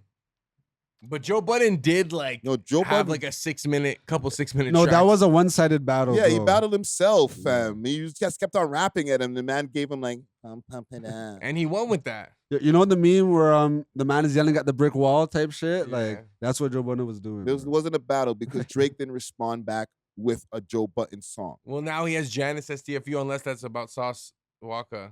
Well, we can get to that. You know what? Let's do that. Okay, and then I'm gonna flip some of these stories around, okay? Because we do have to get some other things that are going on in the scene over here. What are you guys' thoughts on that? Okay, I'm gonna play you all a little clip, okay? Courtesy of we need another lighter in this room. Yeah, I forgot mine. Do me a favor, Jake. There's some matches in the washroom. Jeez. And I'll reserve some matches. I don't mind. All right. And we'll be able to go through that. W. Thank you, Jake. I guess who's right. Keeping it classic. Switch. All right. You only got a few, so be selective. Okay. So you guys. Oh, WJ. Okay. In the One clutch. take, Jake. In the clutch. Thank you, Jake. Okay, so you guys are all aware of the Sauce Walka and Drake lore, right? A voice note or voicemail got leaked of him yelling at his baby moms, saying like, yo, what the fuck? You know, where the hell you been or whatever. You know, he was super mad. He was like, yo, I will shoot Drake's car up. I will shoot Drake. Like, he went crazy. And then when the internet went crazy about that, he reversed Uno'd it and he was like, by the way, if I sent her and I'm not the one getting played, right? Because he said he's been sifting money off of Buddy for years. Showed a picture in front of a Maybach and all that. A Maybach that he apparently fucked up after because of the volatile relationship that he's been having with his baby mother / one of his hoes. Oh, so he's a PI. So he's saying that he sent his girl to Drizzy and Drizzy was tricking on it. Yeah, but like maybe he was doing too much. So I'm gonna play something now, right? Sauce Walka calls out Drake and Adam 22 for recent baby mama drama. The Maybach was from OVO. From OVO, just in case you want to know, yeah, it's the kid that did, not the kid that didn't. The reason why the Sauce word was written, brand new motherfucker, make it break, make it bacular. Hey man, the man just dropped a whole new album, and every song was about me, baby, and the whole going deep sea, baby. Yeah, man, I'm the nigga that he talking about on the song that. Was putting the phone on the bitch in the home that he was paying for. You heard what he said? Tricking on all the bills is how I sauce and spill. When I found out that you was fucking a nigga in the house I paid for, it broke my heart. That was me from the start. We love hip hop. Man, I got plenty of hoes. Hey, man, this ain't nothing new. This is what I really do, though. I ain't never took a loss on the internet yet. Never. Hey, man, I got a brand new jam for all the baby daddies and all the real strong men all around America. We $300,000 on a new Maybach drop top. I'm 6 Maybach deep. What? This just a little baby mama drama. We ain't never sweat out. Oh, yeah, one more thing, too. And don't forget this. Hey. He's not done. The threat was never about the pussy. I'm the nigga that sent the hoe. I can't be tender if I'm the one that sent her. The threat is about this white boy Adam 22 being in the motherfucking business. Bitch, what kind of motherfucking pussy foot kick, feet kicking you over there doing to make this nigga Adam thinking he know what the fuck going on between me, you, and this bankroll? Play my shit. Play shit, man. What are you waiting for, bro? He got new music. Just a little baby mama drama. Just a little baby mama drama. Woo! still mad, I don't want him. Red drop top on some. Wow. Okay, so the caption here, I don't think you can see that from here, Zara. That might be way too small. Sauce Walka calls out Adam 22 and Drake. No. That I don't start shit, I finish it. The Grease was about Adam 22 speaking on the business from Buddy gossiping. I'll put it back up on the screen, Jake. To the 100 show or to WAC 100. I know Jumper about my son never being about the cat. Buddy been making tender songs about me for 4 or 5 albums and y'all was sleep. I kept it a secret for the paper. Okay, she's talking about Drake. All right? This is my 5th girlfriend to break the owl. Woo, hold on. See y'all tomorrow. He said, and ask about me. Ow. Yeah, that font was way too small. I didn't even consider it. I just read the actual description. Yeah. I know. He also put professional with the P, the emoji P. Yeah. Professional player. So apparently he's been digging up in Drake's bank account for years while Drake's digging up in his hose. Yeah, that's normally how it goes when you are a PI. If it's true, because I did hear that they had like an on and off relationship for the past few years. Like they had like a silent beef, Sauce Walka and Drake. Yeah. Sauce Walka dissed him like 10 years ago. So maybe like Drake has been dissing him on the past 4 albums. Yeah, he dissed him 10 years ago. He went up on the Breakfast Club. He said Drake don't do shit for Houston. Like he's been on Drake's head top. You know what I'm saying? But then like Drake's smashing his girls that are not like his girls. Like obviously one of them is his baby moms, but like he's a PI. He don't give a shit about that, fam. Like he's literally getting money off of this, fam. I did a live stream the other day. I feel like Drake took the L. Well, it depends because I don't think Drake would knowingly put money into this guy's pocket. I feel like if he were to do this on a revenge vibe, it would be for free. Like just, I'm gonna hit up your BMs and she gonna smash me. Yeah. Maybe he did that and she went with it, but maybe she kind of told Walka or Sauce Walka, is that it? Yeah. So maybe, I don't know, it could be a matter of that. Cause I can't see Drake being like, you and I are fighting. I'm gonna pay to smash your bitch and get you the money. Yeah, and he was giving her gifts. He bought her a Maybach, bro, and he raps about it in the song Janet Shut the Fuck Up.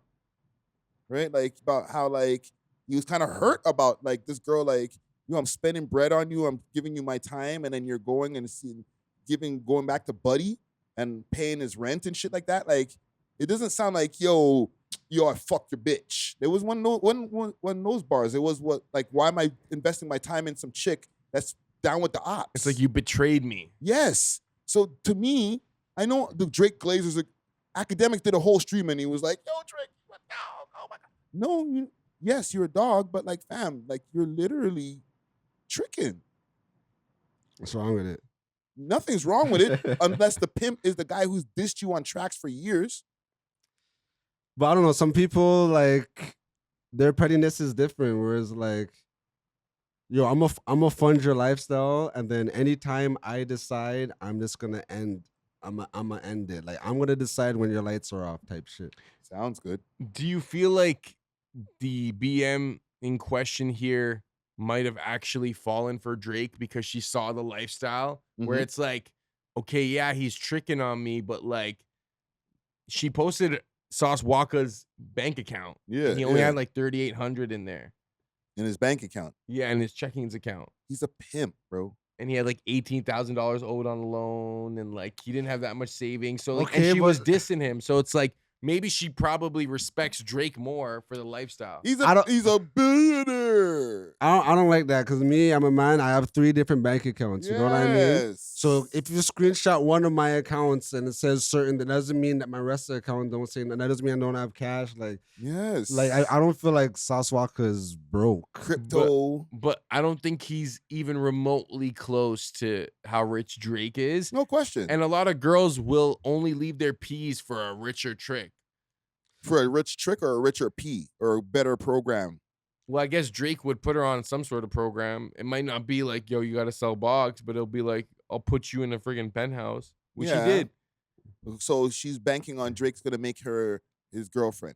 I feel like Drake was definitely a client, you know, and then in hopes of trying to like, because there's companies where it's like, oh, I'm a siphon this employee from that company type stuff. You know, I don't remember what the word is. Where they try to steal an employee from another company. Oh, like yeah, I know what you're talking about. Okay, yeah. So basically, like, and that's a violation. You know what I mean? So I feel like that's why he was turning up on Shorty. Poach. Yeah. Yeah. He was trying to poach her type thing. You know what I mean? We're like, okay, I'm gonna bring you around. You know, like, you need a reason to pull up, so I'm gonna pay for your services the first few times, show you Wagwan, develop a relationship with you, and then we're cool now. So I could check you on the ones. I'm gonna buy you a car. I'm gonna buy you a crib type. Yeah, let's clean that up a little bit. Sorry to interrupt you. Like, pay for the services sounds crazy. We don't want man to get into a Diddy issue. You know what I'm saying? What's wrong with that? It's illegal. It's illegal. Oh, You can't pay for hoes, nigga. It's prostitution. I didn't say human what. I didn't say trafficking. what services though. It's human trafficking. No, it's true. Consulting services. You know what I mean? Like we're Therapy type shit. Dick suck there. You know, what is it? Oral therapy, Yeah, speech, yeah. Oral hygienist. Yeah. No, but like, I feel it was more under the guise of not like, oh, here's some bread every time you pull up. You know, here's freaking 20,000 on the nightstand. No. You know what I mean? It was like, yo, I'm gonna just buy you nice things. Here's a Birkin. Here's this. Here's that. And then it was probably a given that they were gonna smash because of whatever experience he was curating for her. Yeah. You know what I'm saying? And then you know what? You need something like, okay, you need your bills paid. Here, hold that. Here's 10 racks. But then she just giving it to homie. There are text messages between them, like. But no, definitely.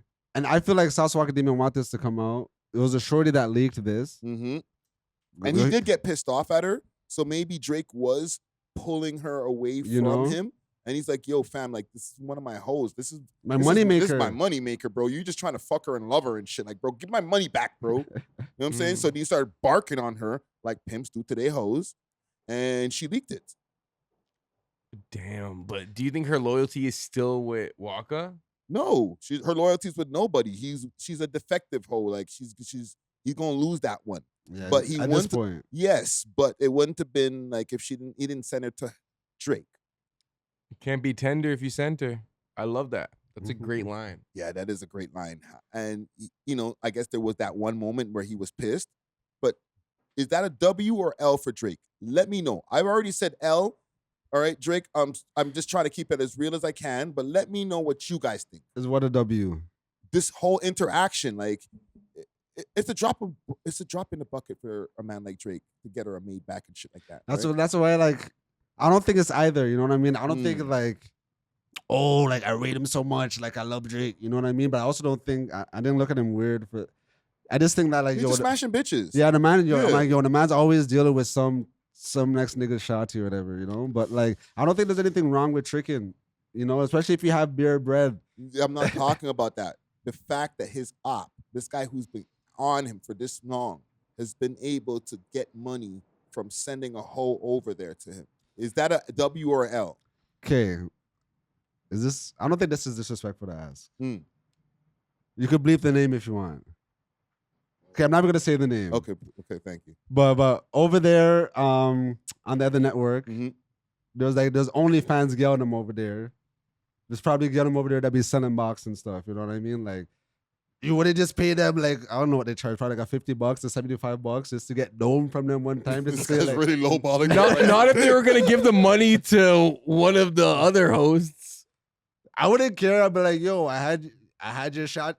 Cause yo, who knows what Drake had Shotty doing, bro? That's why 50 was cheesed that Diddy, cause Diddy had his Shotty doing the craziest like all-star freak offs and But things. this is under the guise of knowing, yo, that's Diddy's bitch. Okay, that's whatever from GTV.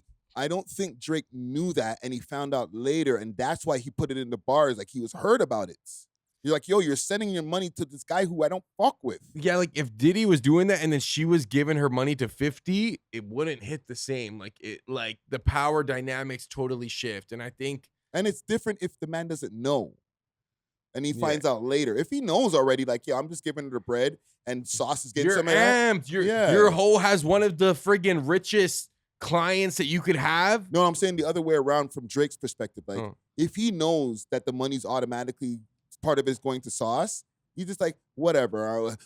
Lucky you that I'm paying your rent this month, okay? But he didn't know. He found out after the fact. But how could he not know? Like, maybe she really kind of sold him a dream, or maybe they had such a good connection that he's like, there's no way she wants this loser.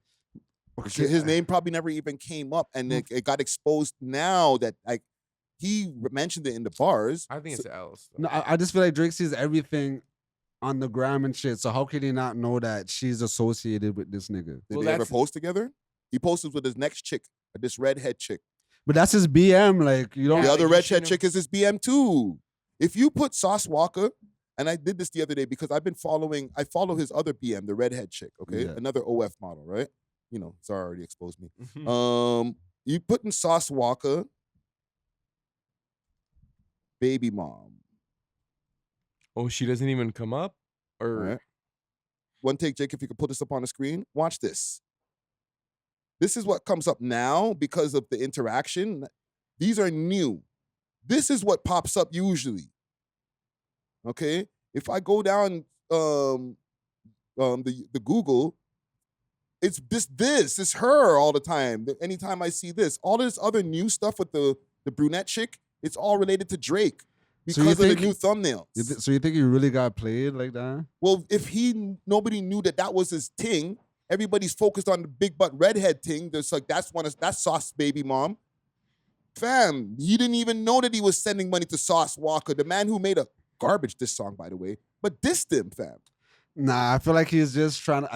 I think he's just playing it up for the album still. Like sometimes, yeah, you have to like change the narrative of the story a little bit, you know what I mean? Like, just like, because even sometimes when I get into melancholy moods or whatever, like, I know I did the shorty wrong or whatever, but I'm still listening to the breakup track, like, she did me dirty type shit, but you know what I mean? Yeah. So, like, I don't know, I feel like he's just playing it up. Like, even when he's talking about how his dad had cancer and shit, it was like, oh shit, bro, yo, prayers up.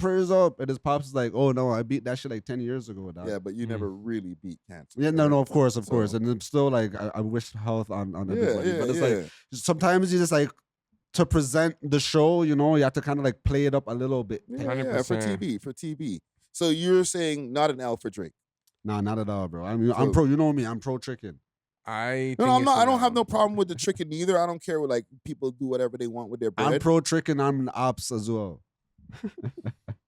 I'm not even against that neither. But as long as I know that I'm doing it. If I find out later that like some girl that I'm laying up with is literally giving my money to like my op, I'm gonna be cheesed, fam. That's what I'm saying. Because then she could give the drop and stuff, and then it gets all crazy. that. Yeah. You know what I'm saying? Like, fam, like you're like you deceived me. You know what I mean? Yeah. No, the only reason I'm saying it's an L, and I honestly don't care what this guy does with, you know, his body or whatever. You know what I'm saying? Like, his body is choice. His body is choice. Like, I'm not gonna care about what a next man does. But the only reason I'm gonna say it's an L is because I think it's just juvenile behavior. And I think if you just continuously kind of utilize sex in like a political sort of way, I just feel like you're not getting to where like you should as evolution, you know? Like, so how come last week when I was talking about ASAP and I was talking about Jay-Z and how they built a beautiful union with a woman and stuff, you're saying, oh, but where's she at? Because ASAP Rocky and Rihanna didn't get married. But it's that's the only qualm I had about that. It's just that she didn't want to marry him because he is not close to her wealth-wise. Make a real woman out of her. So it's not real unless like the government stamps it? I think if you're looking at net worth, which was what we were discussing, and power and building an empire, then marriage legitimizes that. Yeah. So right now you're saying all of the people who are listening who are not married, you and your Shati right now, your Shati and your man right now, Zara say you guys are not legitimate. No, I never said that, because you have a union and you have a kid. So I'm not saying the love or the union isn't legitimate. I'm saying you're talking about money and wealth and net worth, right? Your net worth is not legitimized in the same way that a married couple's net worth is legitimized, because you're not combining the net worth. The same way Jay-Z could say I'm up 10 because him and Beyonce combined are $5 billion. Yeah. A$AP Rocky can't incorporate Rihanna's net worth into his. Do you know what I'm saying? Yeah. If you're living with someone for a certain Common amount- yeah, I like knew he That's was gonna common run law. for the common law. But yeah, that doesn't combine your net worth, bro. It still doesn't. That do it. literally just gives you slightly more rights than being single. that's still my comment. That's your shorty, that's your BM, that's your girlfriend. You can say all that. I'm just saying, like, when you're combining net worths, marriage is the whole point. That's the same reason why all these rich dudes get married. It's also the difference between the wife with a Y, wifey, and you could take the Y off, and then now you're a wife. There's a lot of like legal rights and parameters that come with being officially married. And I'm not like, look, I don't care. Like, I think that's just signing a paper at the end of the day. But for the government, for tax purposes, for net worth purposes, it matters. That was my argument. She's not even an American citizen. Rihanna? No, not? she is. She must be at this point. No, she's not. That's why she wasn't able to vote. That's why she was cheese. She's still not an American citizen. Yeah. Ooh, I'm gonna have to verify that yo, because Trump. that's kind of No, that's why the whole Kamala Trump thing, she was vocal about, I wish I could vote for Kamala, but I'm not a citizen, so I can't vote type She's a shit. bitch. She's still a citizen of the world, so I don't know. And A$AP Rocky, that's not he can't claim her net worth the same way Jay-Z can claim Beyonce's. Yeah. That was my point. Okay, we got on the super sidetrack, but just one last thing on this Sauce Walka thing. I just want to show you guys something courtesy of No Jumper. If you could pull this up on the screen. OVO Chubbs reacts to Sauce Walka threatening to harm Drake in an alleged leaked phone call. And this is what Chubb's doing his job. right? Nigga ain't gonna do nothing. Ooh. And he added him in his the black story post. Listen, fam, I called for the man then, bro. I can't lie. I listened to this track that he did back in 2016. They might need to find that nigga, bro. I'm not trying to endorse any violence on the YouTubes, but like, bro, and you try to embarrass me in front of the world, fam, with this bitch. Like, fam, when I see you, I'm just saying. Yeah, I think it's just more that all this came out that they have to retaliate somehow. We might have to butt him up. I'm not trying to endorse anything. I don't know about that. Because it's gonna be obvious. Not that, and like, well, leave an owl stamp on his face after you beat him up, bro. Let him know. Nah, 'cause I feel like to be an outsider, because I know he has like mob ties or whatever. Yeah. Sauce Walka's from Houston as well. Yes. Like, do you want to be an outsider and cause like internal beef in another city? You know what I mean? Like over some Gail shit. It's not even, I don't think it's over Gail shit. It's like, it's kind of like code. It's kind of like, bro, like there's supposed to be some sort of secrecy that all of us kind of accept, whether it's like as a P, as a hoe, or as a trick. I mean, maybe not as a trick, but like for P's and. But hold on, no, like Sauce Walka was just turning up on his shotty. He didn't put this out, bro. Nah, the shotty really. You know what I mean? It's the shotty's fault. Like Messed sometimes up. when you're cheese that you're saying shit, and then she's like, "Oh, say that to Drake then." Say that. Are you dumb? Oh, you know what I mean?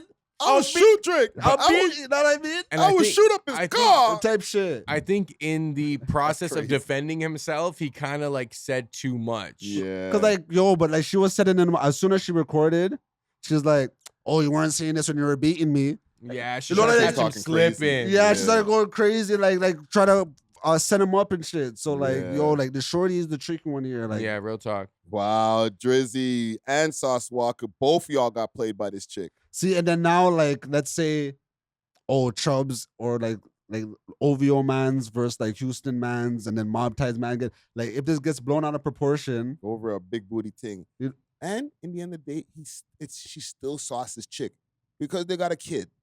Well, I don't know. Like, you never smashed a girl who has a baby father. Like, No, but I'm just saying he's not. He might not be. She might not be his chick, but But there's they're still a tie connected. there. there's They're still a tie connected. there, fam. Like you need me. I'm putting money in your pocket to Yeah. freaking feed the youth, fam. Like in the end of the day, come home, fam. Like you had enough fun over there in the 6. and it's kind of like, and another reason why I kind of think it's an L for Drake is that, like, out of all the girls that you could deal with, like, you have a plethora of options. Like, you kind of chose this problematic one that's connected to an op that like you might be indirectly funding. Yeah. It's just like, bro, like she's bad, but she's not that bad. Bro, like, there's thousands of girls like that. like bro. you seen the pictures of her. If you put that up, Jake, like, Messing with them white girls. like, but she's like a big body one. I you guess know? that's his type. Like, you know, yeah. But like, he has a song called BBW.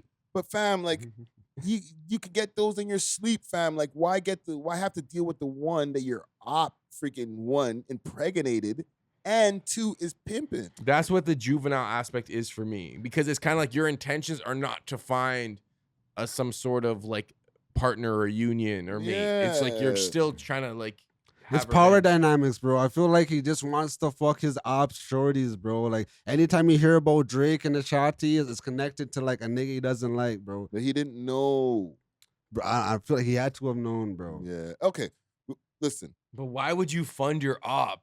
Like that makes you look like weird. Like Yo, by any means. Don't you want to see them? What is it? Begging? What was he saying? That like I just want to see you begging for the phone bill. Yeah. The light bill. Yes. Maybe that. Oh, so maybe that was about him. That's probably for Sauce too. Like, Yo. and you got Sauce walk on the brain pause where like you got to give him multiple bars that we find out later on after his baby mom exposes him. L. But it is kind of different where it's like, okay, let's say like, you know, you give a shorty like a Maybach. Every time your op is driving that, he's kind of thinking about you, but he's maybe thinking about you like, yo, we got him. He's not really thinking about you like, oh man, like this guy could steal my chick. You never, bro, the man is at least a $500 million, bro. You didn't get him. What do you mean you got him? Joke's on you. I'm driving this nice whip because of you. Okay. And he got like- multiple hoes, bro. Like people like, even I was hearing on the JBP, like people know about Sauce Walka. Like you see him pop up in like places where other people ain't supposed to be, who have like real money. And it's because he's the gateway to the hoes. I don't want your hoes, bro. I want your BM. You know what I mean? He has two. He has, He probably could have get the next one. He has two that we know of. No, the next one got beat up by some of his girls. Like he's still in the thing where he spazzed out. He's like, I'm gonna get some of my black hoes to beat you up. He got the girls to beat up the redhead one. Right? I follow her. She posted her nose was bit, all type of shit, fam. So like, Yeah, that's right. They didn't want that one. yeah. He didn't want that one. Maybe he's not into the redhead. You know what I'm saying? Damaged goods. You know what I mean? Like, no, I want your most prized possession. Yeah, the BM that's making you all the bread. I'm gonna prop her up, and then when I'm ready, I'm gonna take it all back. That's not his most prized possession. I'm sorry, brother, because I've been following this behind the scenes, bro. So why is he crashing out? I don't know, fam. Because like, if you see the redhead one, and Jake's like handling something right now, so he can't pull up the screen. Actually, yeah, pull up number 4 quick. Look at the way he treats this one, fam. Yo, if you see some of the videos, there's one where he's behind her, rubbing her hair. Like, he loves the redhead one. He's pushed her to the forefront. This other one I didn't know existed, fam. Couldn't get to that one. Couldn't get to the redhead because she was on Amanas. Cause bag like every like Drake, you know what I mean? He gets at their shorty. I know you guys said I was crazy for the Baby Keem thing.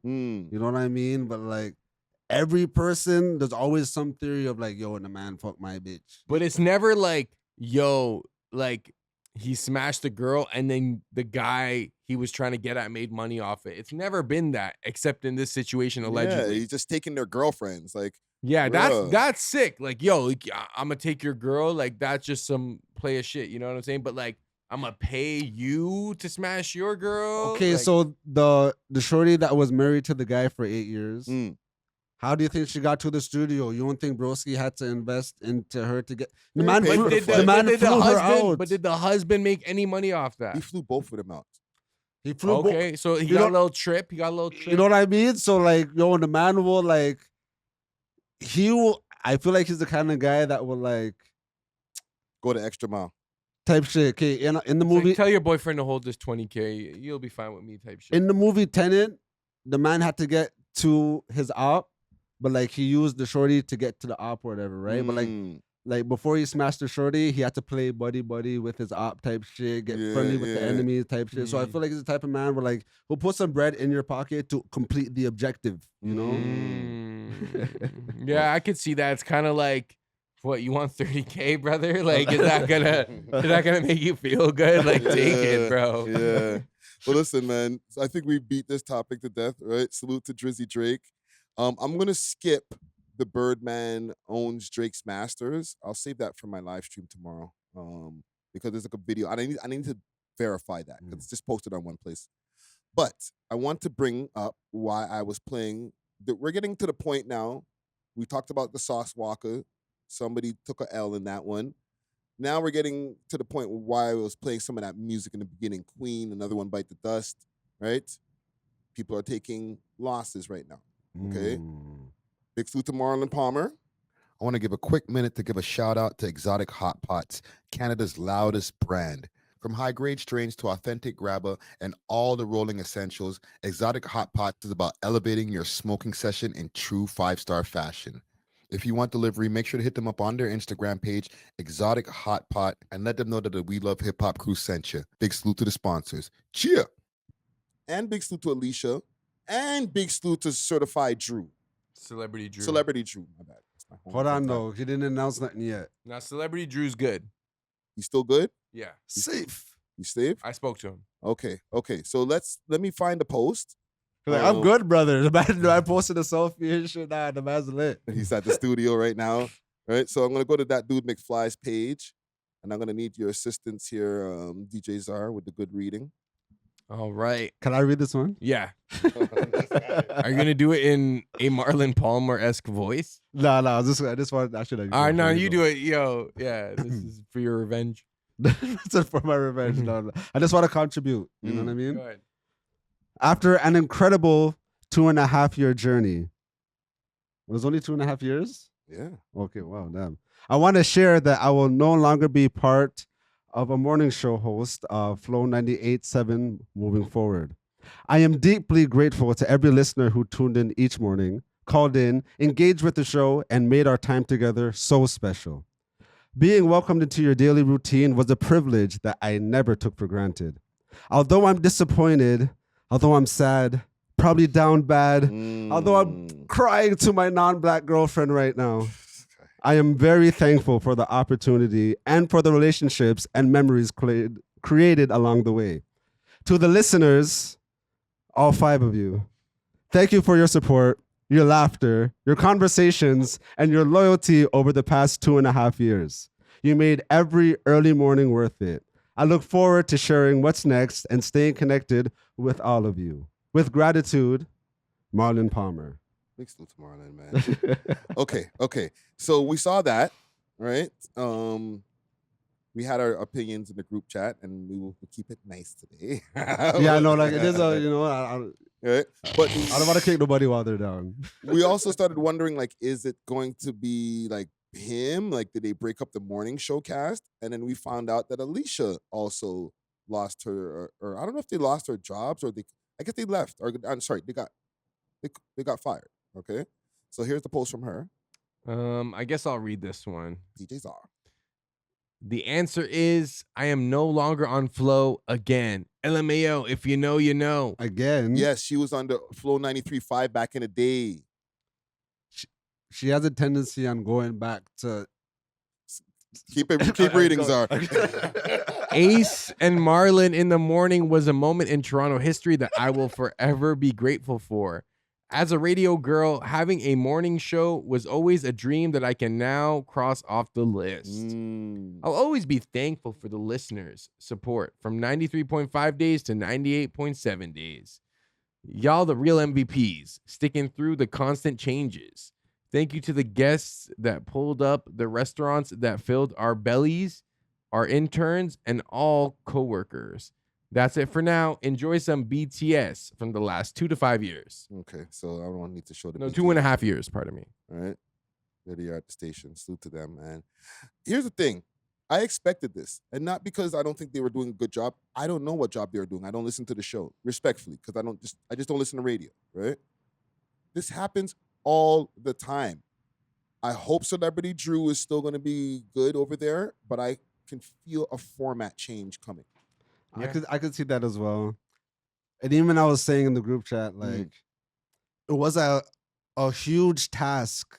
Like, it was a huge ask for them to, like, come here and completely revamp the station for us and bring a youthful appeal to the radio. Like, these days it's almost impossible, bro. Like, they could have done it. I'll tell you why, but keep going. I feel like as well, you know what I mean? But like Toronto creators do have the tendency to kind of like phone things in. You know, like the concept of going above and beyond is like a foreign idea out here, you know what I mean? Like people, and I'm not saying this is what they did, you know what I mean? But like a lot of people, they just meet the standard type shit. Yeah. I'm gonna do my job and then like let's go type shit. They're just happy with a paycheck. But I feel like they were limited in terms of what they could and couldn't do. Like they weren't given free reign. Fuck that shit, bro. Like make free reign kind of thing. Type shit. We're gonna get fired anyways.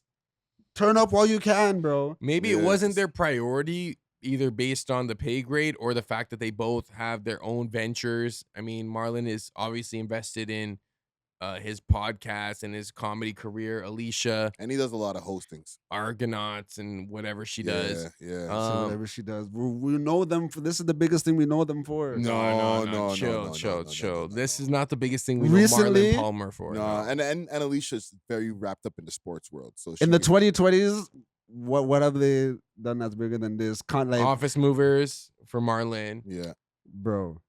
And Office Movers is great. You know what I mean? But like, I just feel like this. Okay, you're the voice of the city every morning. It was a major look. Yeah. That opportunity and that platform, you know what I mean? I feel like is like you have like a bigger like leap pad to kind of get a bigger audience for yourself than Office Movers, where like you have a script and you have to like stick to the script. Yes, for sure. But man, and weren't waking up that early. The majority of people like for when they were on, because they started early. Like their show started morning like, show. Yeah, so it's like most people weren't on it like that, and they wouldn't really like post clips like that. But that's the thing I'm talking about, bro. Like every I don't have youths. If I had a youth every morning when I'm going like dropping my youths off and stuff, like I'd probably be listening to the radio. Imagine how many parents and their kids were listening to the radio. You could use that to convert that to your YouTube audience. Okay. I feel like he only just started posting on his YouTube recently again because maybe he's seen this coming. But all the stuff that he posts on his YouTube are only his content. Like he doesn't post stuff about Flow. And even when he went on GTV for the interview, he kind of like, I wouldn't say he bad talked Flow, but he wasn't really like emphasizing it. He more so acknowledged the limitations of the platform. But what I will say, okay, wait, go ahead. What were you gonna say? I'm going to say something about even Flow as a whole, because here's the problem as far as even maybe what you guys are not saying with the above and beyond. I felt that Flow never took the opportunities that the Breakfast Club took. Okay, they've had goated interviews. They've had so much access because they're the main urban station, the only urban station from 93.5 to 98.7.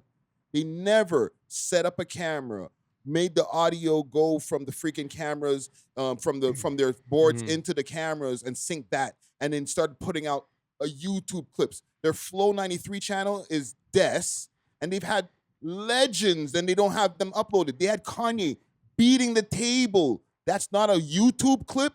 Insane. It's not on their page, but there's a YouTube. But there's a YouTube clip that's not on their page. But the thing is, we can't expect the corporate niggas to have creative minds. It's up for the creative people to shake the table. But the program director should have freaking come up with that from time. That's not even creative. They just don't want to pay a full-time videographer, full-time editor, full-time YouTuber. Like, I think it's more that. Like, there's a copycat. You're not even coming up with something new. It's just standard at this point. Everyone films radio interviews now. Except for Flow. And in 2026, they're still not doing it after they've seen 93.5.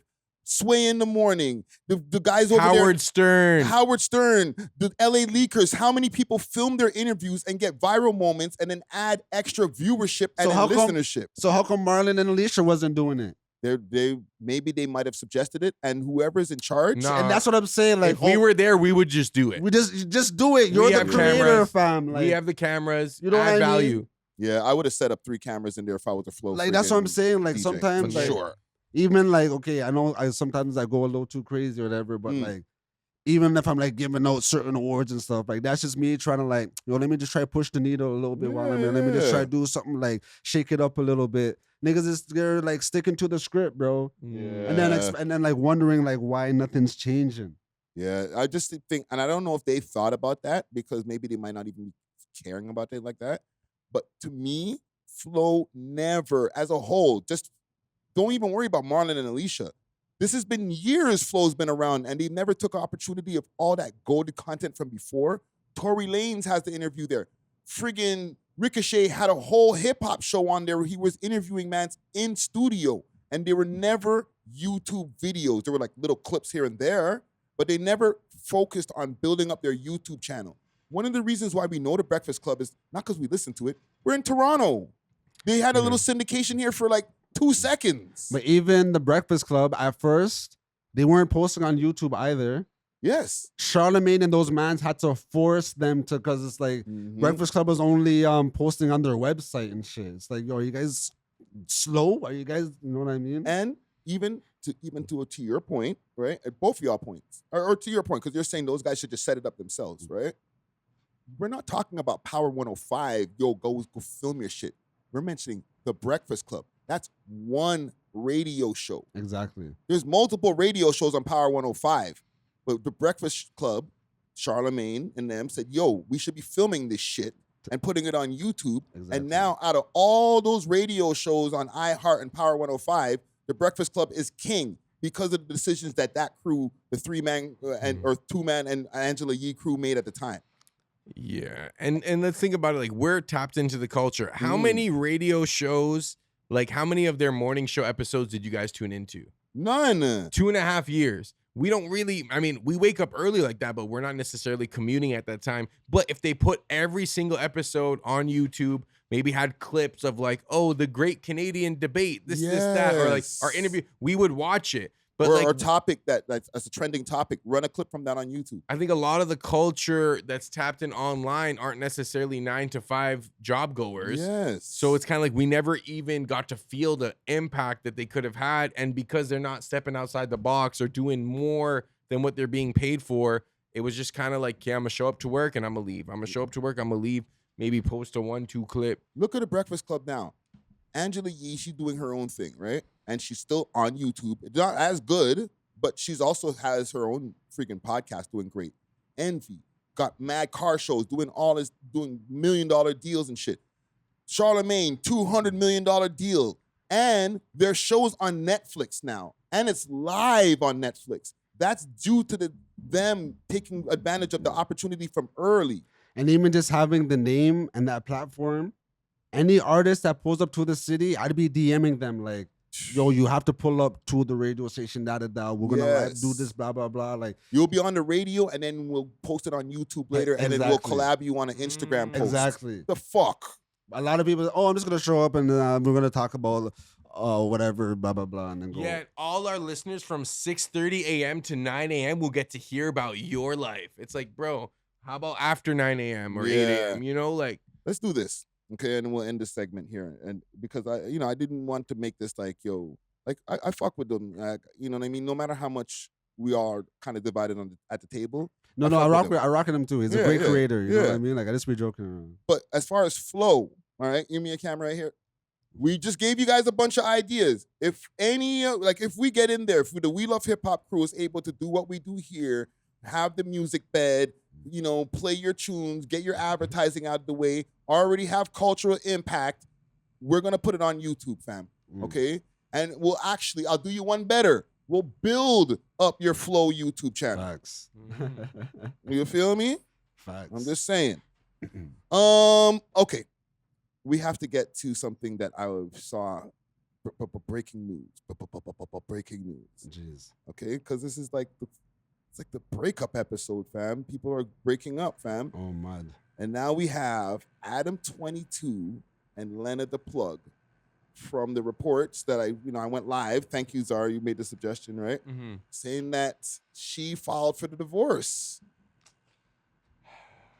Right? Let me pull some stuff up over here. Are we supposed to act surprised? No. So this is from TMZ. On my page, I posted this, right? Lena the Plug files for divorce from Adam 22. And then Adam already had a response right away. Okay? All black women who want to date me, please DM me. I'll buy you a car. He's a waste you. And then he also posted this in his stories. Freedom. Wait, what is that? Okay, wait, never mind. I saw something else. Okay. Right? So from the TMZ reports, she wants half of the studio. She says that she only earns 3 racks a month. So she's going to need some alimony and child support because she wants to have full custody of the kid. That makes sense, bro. A lot of these creators, they're not millionaires. Like,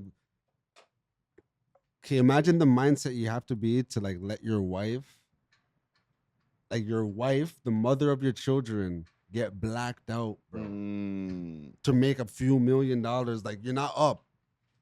You know what I mean? So, I don't know. I kind of seen this coming because that marriage wasn't built on like love, or you know what I mean? Or at least, even if it was, it got tainted as soon as they started making certain decisions. Like, as soon as they let old boy freaking knock her back out, bro, it was like things started getting weird. Well, what's interesting is that occurred fresh off their wedding.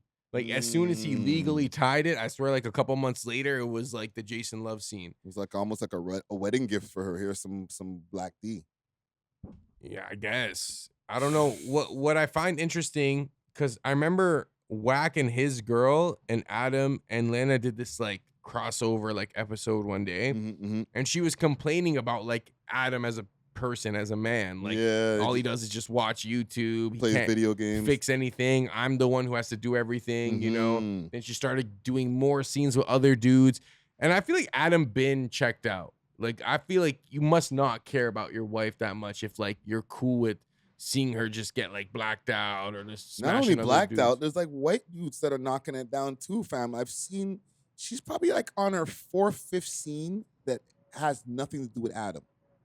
Yeah, so I think their marriage was probably built on some sort of mutual cooperation as opposed to love. Yeah. And House Phone was knocking it down before he married her. That's how they met, right? In a threesome. I don't know if it was in a threesome, but I know House Phone was smashing her before. I think it was a threesome. That's literally how they met. Debauchery. Not to say that the threesome's debauchery, but like that's who you wifed up after? The girl from the threesome? You don't want to be that guy, I guess. But I also think that in a way, because off screen we were talking, and I was like, maybe this will be Adam 22's like redemptive arc. Maybe, you know, he can kind of like acknowledge the mistakes, be like, yeah, I shouldn't have let her smash Jason Love and all these guys. Like, my next girl, I'm gonna do this. But you're saying because Lena filed for divorce, it's almost like a double L for Adam. Yeah. Yeah. Because it's like, it's not like you've been left. It's like she left you after. It's like, bro, like, I don't know. Like, what could he do to seem like a guy now? Yeah, I let my girl smash a bunch of dudes, and then she left me after. He's gonna find a nice black sweetie. I don't like that, bro. No, that's gonna treat him well, and then he's gonna be like, guys, like, I should have never married Lena. Like, this new girl, Latoya, she really treats me well. Latoya. Like, and it's kind of bad to say, but like, I really think that's what he's gonna go for. So a black woman has to come save this guy now? I think that's what's gonna happen. And that's just for the optics, to be honest. Like, bro, I don't know what's gonna happen with this guy. And if she gets him for the bread too, oh my God. She could probably take him for half a No Jumper if she really wanted to. But she wants half of the studio. Remember, they film Plug Talk over there. So it's not just No Jumper Studios. That's also where they film Plug Talk. So she can claim half of that. I want to check something. You guys keep talking. I'm going to see how many subscribers she has. She's probably in the millions. And I'm going to check on Adam 22 also, because I feel like Adam, he must have responded to this by now. And I feel like she's lowballing how much she makes, so she can get of course. Yo, bro, didn't Adam say that No Jumper's going broke, but he still got money coming in from Plug Talk? So how the fuck she only making 3 racks a month? She's the one fucking. It's probably going through this corporation, and then they probably only pay her a little bit so she doesn't have to pay taxes. So on paper, she says 3 racks a month, basically. Yeah. But it doesn't mean that she only makes 3 racks a month. She's on her Sauce Walka shit. Yo, she's playing the shit out of him, fam. She also has 1.5 million subscribers on YouTube. That's cool, and a lot of that is botted. You know what I'm saying? A lot of these people are botted. Like, yo, pull up the screen over here, Jake. This is Adam's stories, okay? And this is before everything that went down. he was kind of like reminiscing. Look, still missing you. Because it said that they've been separated since April 15th. Yeah, but she still liked one of his posts, right? A different world. He put in the thing over here.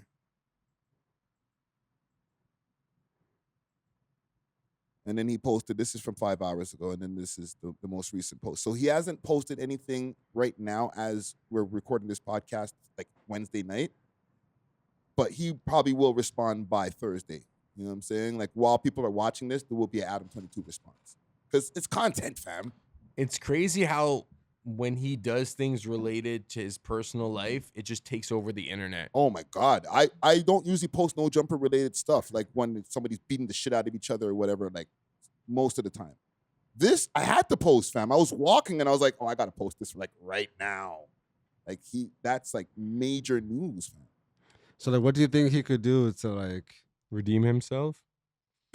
Acknowledge his mistakes, acknowledge his cuckold behavior, acknowledge the fact that what he did was debaucherous. You might have to do a full 180, go the Christian, Muslim, religious route, be like, yo, that was the old Adam. You know, like he might really have to rebrand himself. He's an atheist, bro. Yeah, no, you can't do that. Yo, people change. He's gonna. I think he's just gonna have to start like, believing in God. I think you should, bro. At this point, it's like rock bottom. It's like, bro, you did all of this, and the justification was that, well, behind closed doors, we're happy. Behind closed doors, we get along. We are a happy family. We don't really have time to stress about things. Yeah. But there's some deep dissatisfaction there. And I feel like she did it on her birthday, probably to empower herself. You know, like, you know what? I'm finally going to just leave Adam. Like, I'm so over him. And it's like Adam maybe wasn't doing his part as a man. And that's just beyond like just financial provision. Like, there's a lot more that you need to be a good husband. And like, he can't blow her back out anymore. I'm sorry, bro. Like, pause, super preemptive pause. But I'd be going through the Reddits, okay? And there's like the alternates or the anti-no jumper Reddits. And then there's NSW pics sometimes in there. One time I clicked on one, bro, and she had like a baby arm inside of her, fam. Like, I was like, yo, how is that? Like, and it was her on top, right? Of like, she looked like she was like sitting on a swivel. Like an actual baby's arm? Like, that's how big the nigga's dick was. Pause. Okay. My bad. Hey, yo. I'm like, what the fuck's going on No, over fam, there? like, she looked like she was like her pussy was like around a stump. No, exactly. You know what I'm saying? And I'm like, yo, fam, like, you're ruining this girl's pom-pom, fam. Like, her husband has to smash her later, fam. And like, I know Adam, I don't know what Adam's packing. And unfortunately, sometimes I've seen glimpses and I'm like, ugh, right? When you click the NSFW, it's not that, fam.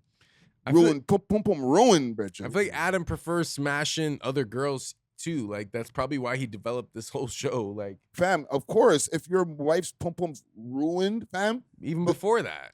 But like, how long could that last though? Like, and then you're gonna go to sleep with this person, wake up with this person, spending every day with this person. You're smelling like dick. Like, you're having sex with this person. Like, you're working with this person. It's like, you're at a certain point, you're gonna get fed up with this. You know what I mean? Exactly. I feel like he checked out a while back, which is maybe why they even did Plug Talk. Maybe it was a way to spice up the marriage or the relationship, because and make some bread. Make some bread. And then she kind of was like, okay, I need spicing up in my life too. Like, let me smash Jason Love. And then, but then like, that was like such a peak for her. No pun. It's probably like such a climax. It's like natural. No. I mean, like, at that point, like, financially, you know what I mean? Like, the whole world stopped. You know what I mean? Yeah. So, and they were never able to like recreate that moment. So it's like they're probably like chasing that high to the point where like they built up some resentment towards each other. Yeah, because they did like a whole show after, like a shot at Love with Lena. Yeah, and they smashed another guy. And they smashed the It winner. didn't matter as much. You know what I mean? It just got weird. And then they're like, okay, let's run Jason Love back again. And then that didn't really do the and noise. Fam, listen, again, preemptive pause. That wasn't the tree stump. That wasn't Jason Love. It was the next black youth that's like 3 times the size of Jason Love. No, I just mean like. No, I know what you're saying. Okay. But I'm just saying, like, she's going to like another depths right now with this shit where it's like, Adam, like, I'm not even interested in you. Like, let me see how much bigger I can go with by myself. You know what it is? It's kind of like, yeah. She started with like a small edible like milligram, and then she's just been chasing it high, and then the dosage just keeps getting bigger and bigger. Yeah, her tolerance level's too high now, fam. Adam can't do it, fam. And it's like on top of the fact that like you're probably not emotionally there. Like, yo, the niggas who have dicked her down, she just like, bruh, like I'm freaking dealing with guys who like the dick's the size of your whole body, fam. It's yo, fam. I'm not saying go look, but it's insane. I'm like, yo, fam, like that's what you're doing. Like, Jason Love is a thing of the past, brother. But I wonder why she wants full custody of the kid. Like, does she feel like Adam's an unfit parent, or do you think it's just purely for money? Probably for money, and probably like absent in a way. I'm not gonna put it on him like that, but like he's running around with gangsters over there at the studio, getting into scraps, all types of shit. Like, it'll probably be best for that, like for his career. If he had to like watch the youth all day, like he won't be able to operate anything. You know what I mean? Like, and she probably doesn't want him around all them. Because the girl, she doesn't want the kid around all them people. Fam. Yeah, facts. What? Yo, you might go to work and get shot because of the line of work that he does and the people he's around. So the kid's better off with me. Yeah. All right. So listen, man, salute to Adam 22. I know his name's going to be all over the timeline tomorrow, and I'm going to make a clip too. Actually, you're going to make the title of this episode, so kudos on you there, brother. You know, Adam, I have no other words for him. No salutes, eh? No salutes, no salutes. I'm going to just get to one more topic here. I'm no like civic duties or anything that's going on in the city, but I wanted to ask you if a Toronto rapper can do this. Ready for the road. Road Ready Detailing, now open 7 days a week from 8 to 5 p.m. 750 Oakdale Road, Unit 66, specializing in ceramic coating perpetual with warranty, PPF, tints, wraps, vinyl wraps, and hand car washes. Remember, we clean anything on wheels. Road ready. Ready for the road. If you could put this up on the screen over here. And this is Digit Dosanjh. Diljit Dosanjh. Dosanjh. Can a Toronto rapper do this?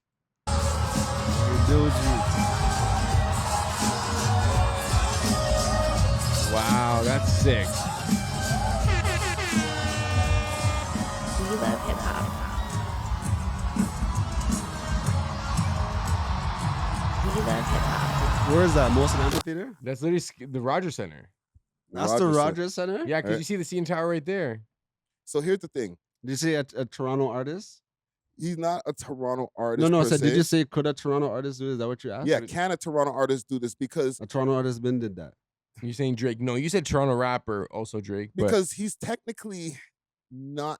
Drake from didn't do that. here, The Weeknd did that. But he's Toronto, right? Or not like, or he's a Canadian. Who, Diljit? Yeah, like is he from BC? I should. He's check. one of those guys who, like, yes, they're from like Punjab or wherever, but their home base is in Canada, right? So is that the only way that like somebody who's like, I guess residence is in Canada can pack a stadium is if they come from like India or somewhere? Because like other than that, Drake, like nobody else is doing that on like I'm a Toronto rapper. You know what I'm saying? Or, well, like, okay, we're saying Toronto rapper because I was gonna say Bieber could easily do that. Weeknd could easily do that. Tory Lanez many times over. Yes, but we all know those people. They're household names. I'm just finding out about this guy because he came across my timeline. But he's clearly a household name as well in his Bollywood sitting. No, in the Punjabi scene, he's like one of their guys. That guy was just on Jimmy Fallon. So for somebody to be in a, I guess, quote unquote niche, even though it's like a billion person niche, like you could be in a niche, none of us know who they are, and they're rocking the Rogers Center, bro. Now, respectfully, there's some Spanish artists where like we wouldn't know who they are, or like most of us wouldn't know who they are, and then do the same shit. Local? Not from Toronto, no. Or like from like another place like in Canada. Romeo Santos just had a show. Like if they were to move here and then they did the same thing, you know, it's just like There's no incentive for them to move here. There's clearly an incentive for Doji to be here. You know why? Because the Punjabi music scene, like Canada, is the hub. Like, and I don't know if it's post Sidhu or it's just the fact that there's such a big community here and there's like a lot of like Canadian Punjabis and they support each other. It's like that's the point. They support each other. So whether you're in BC or Brampton, like there's so many studios where it's just straight Punjabi music and like they have concerts you'll never even know about. And there's like superstars. Bro, we had Sidhu Moosewala living in Brampton. We didn't really know about him until like it was posthumous, you know? Like, but like he was the biggest one in the whole world. We had like literally the Punjabi Tupac like an hour away. Man, them did not know about him. He could have packed the stadium. Easily. Yeah. He's still like I think he's the most listened to like artist from that genre. So it's like definitely at this point we could only have like a quote unquote Canadian or somebody who's lives in Canada be that large if they actually were imported from somewhere else and we get their country's audience. I don't think that's fair to say because like he's clearly on the same level as Bieber, Weeknd, Drake, and all those mans, you know. So we can't compare him to like Casper and Presley. I was gonna say like, you know what I mean? Like that's not completely even fair. not fair. Apples and oranges. You know. I guess this is just the niche aspect for me, but I guess it's not niche if the person's niche has billions of people in it. Nav, I think Nav could do Rogers Center. Nah, not Rogers Center. Punjabi. Wait, yeah, he might be able to get that off still. In the Rogers Center? He has to bring one of these guys with him though. Yeah. You know? You can't just get that off with him and like people who are under him in the rap game. You know what I'm saying? You know what I forgot to mention, but I'll mention it in a second. Or I can mention it now. Those guys are doing a show. Nav? Nav. In Winnipeg, Casper, a bunch of them. I don't remember where I saw the flyer. Roy Woods. It might have been on Casper's page. I think you might have sent it also in the group chat. Or no, yeah, Casper did post it. Winnipeg. It's in Winnipeg, right? Let me see where I could find that here. Really, that's interesting. I'm gonna go check the group chat. But yeah, as far as like with these guys here, man, like, yeah, it might be only if you can get your people from your own home country to be able to pull up to that. Like if one of those Afrobeat artist guys moved over here, same sitting, bro. Yeah. But the thing is with these guys, they didn't build their following over there in Punjab or in parts of like in India and shit. They came here, went to school or whatever, and then get into the music and build their following from Canada to back home. What age did Sean Paul come here? Probably in his young 20s. He did kind of build a name for himself out here. Would that be kind of like comparable? He had a little bit of a bubble in Jamaica still, no? Yeah, a little bit, but like not enough where it's like, oh, you're already worldwide. It's like he crossed over here in a way. Yeah, it's like, that's about artist that type shit. Yeah. I don't know, man. It's just to me interesting to see that. Like a guy's doing a stadium and like I have no idea that this is happening. Like, we're a hip hop show. Obviously, we're not understanding the words but they're still making hip hop. You know what I'm saying? Look at this. This is the flyer that I'm talking about. If you could pull this up, Jake. This is happening. This is courtesy of Complex Canada. Winnipeg is going to be a vibe this August when Side Stage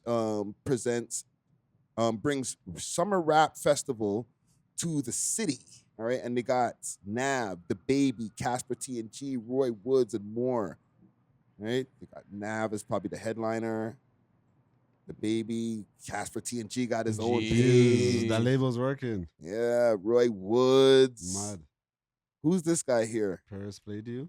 Yeah. Maybe he's local. Yeah, he might be from over there. Right? Northside Baby. I know he's from that side of town, indigenous artist. Max Wins, he's also from that side of town. So yeah, these are all some of the more locals. So it's gonna be a vibe. Maybe we might need to pull up. I've never been to Winnipeg. Hmm? Yeah, I've never been to Winnipeg. I've been to Edmonton. Yeah, I'm down to go to Winnipeg. I've never been there neither, yo. Oh, that'd be sick. Yeah, no, I've never been there. Tell them to swing us some tickets. Yeah, you know, I'll holler at them. It's very demanding. Bro, I know it's kind of random, but the Knicks won today. Ooh! And look how close I got, bro. Wow. De'Aaron Fox cost me. Whatever. You only missed one leg. I know, bro. Speaking of missing one leg, are we going to talk about the Diddy thing or no? Okay. I we are running on time. Okay. So okay. we're not gonna get into the Diddy stuff today. No Diddy. All right. I just feel like, our audience are not like big Diddy fans, you know what I'm saying? So maybe I'll talk about it on the live stream. Who knows? Who knows? I think we're good for the day here. We got a nice 2 hour plus episode. I didn't even notice the time there. Holy shit. Let me get some music for the road. Thanks for watching. If you enjoyed this video, please make sure to check out these other videos on the screen and make sure to like and subscribe. We love hip hop.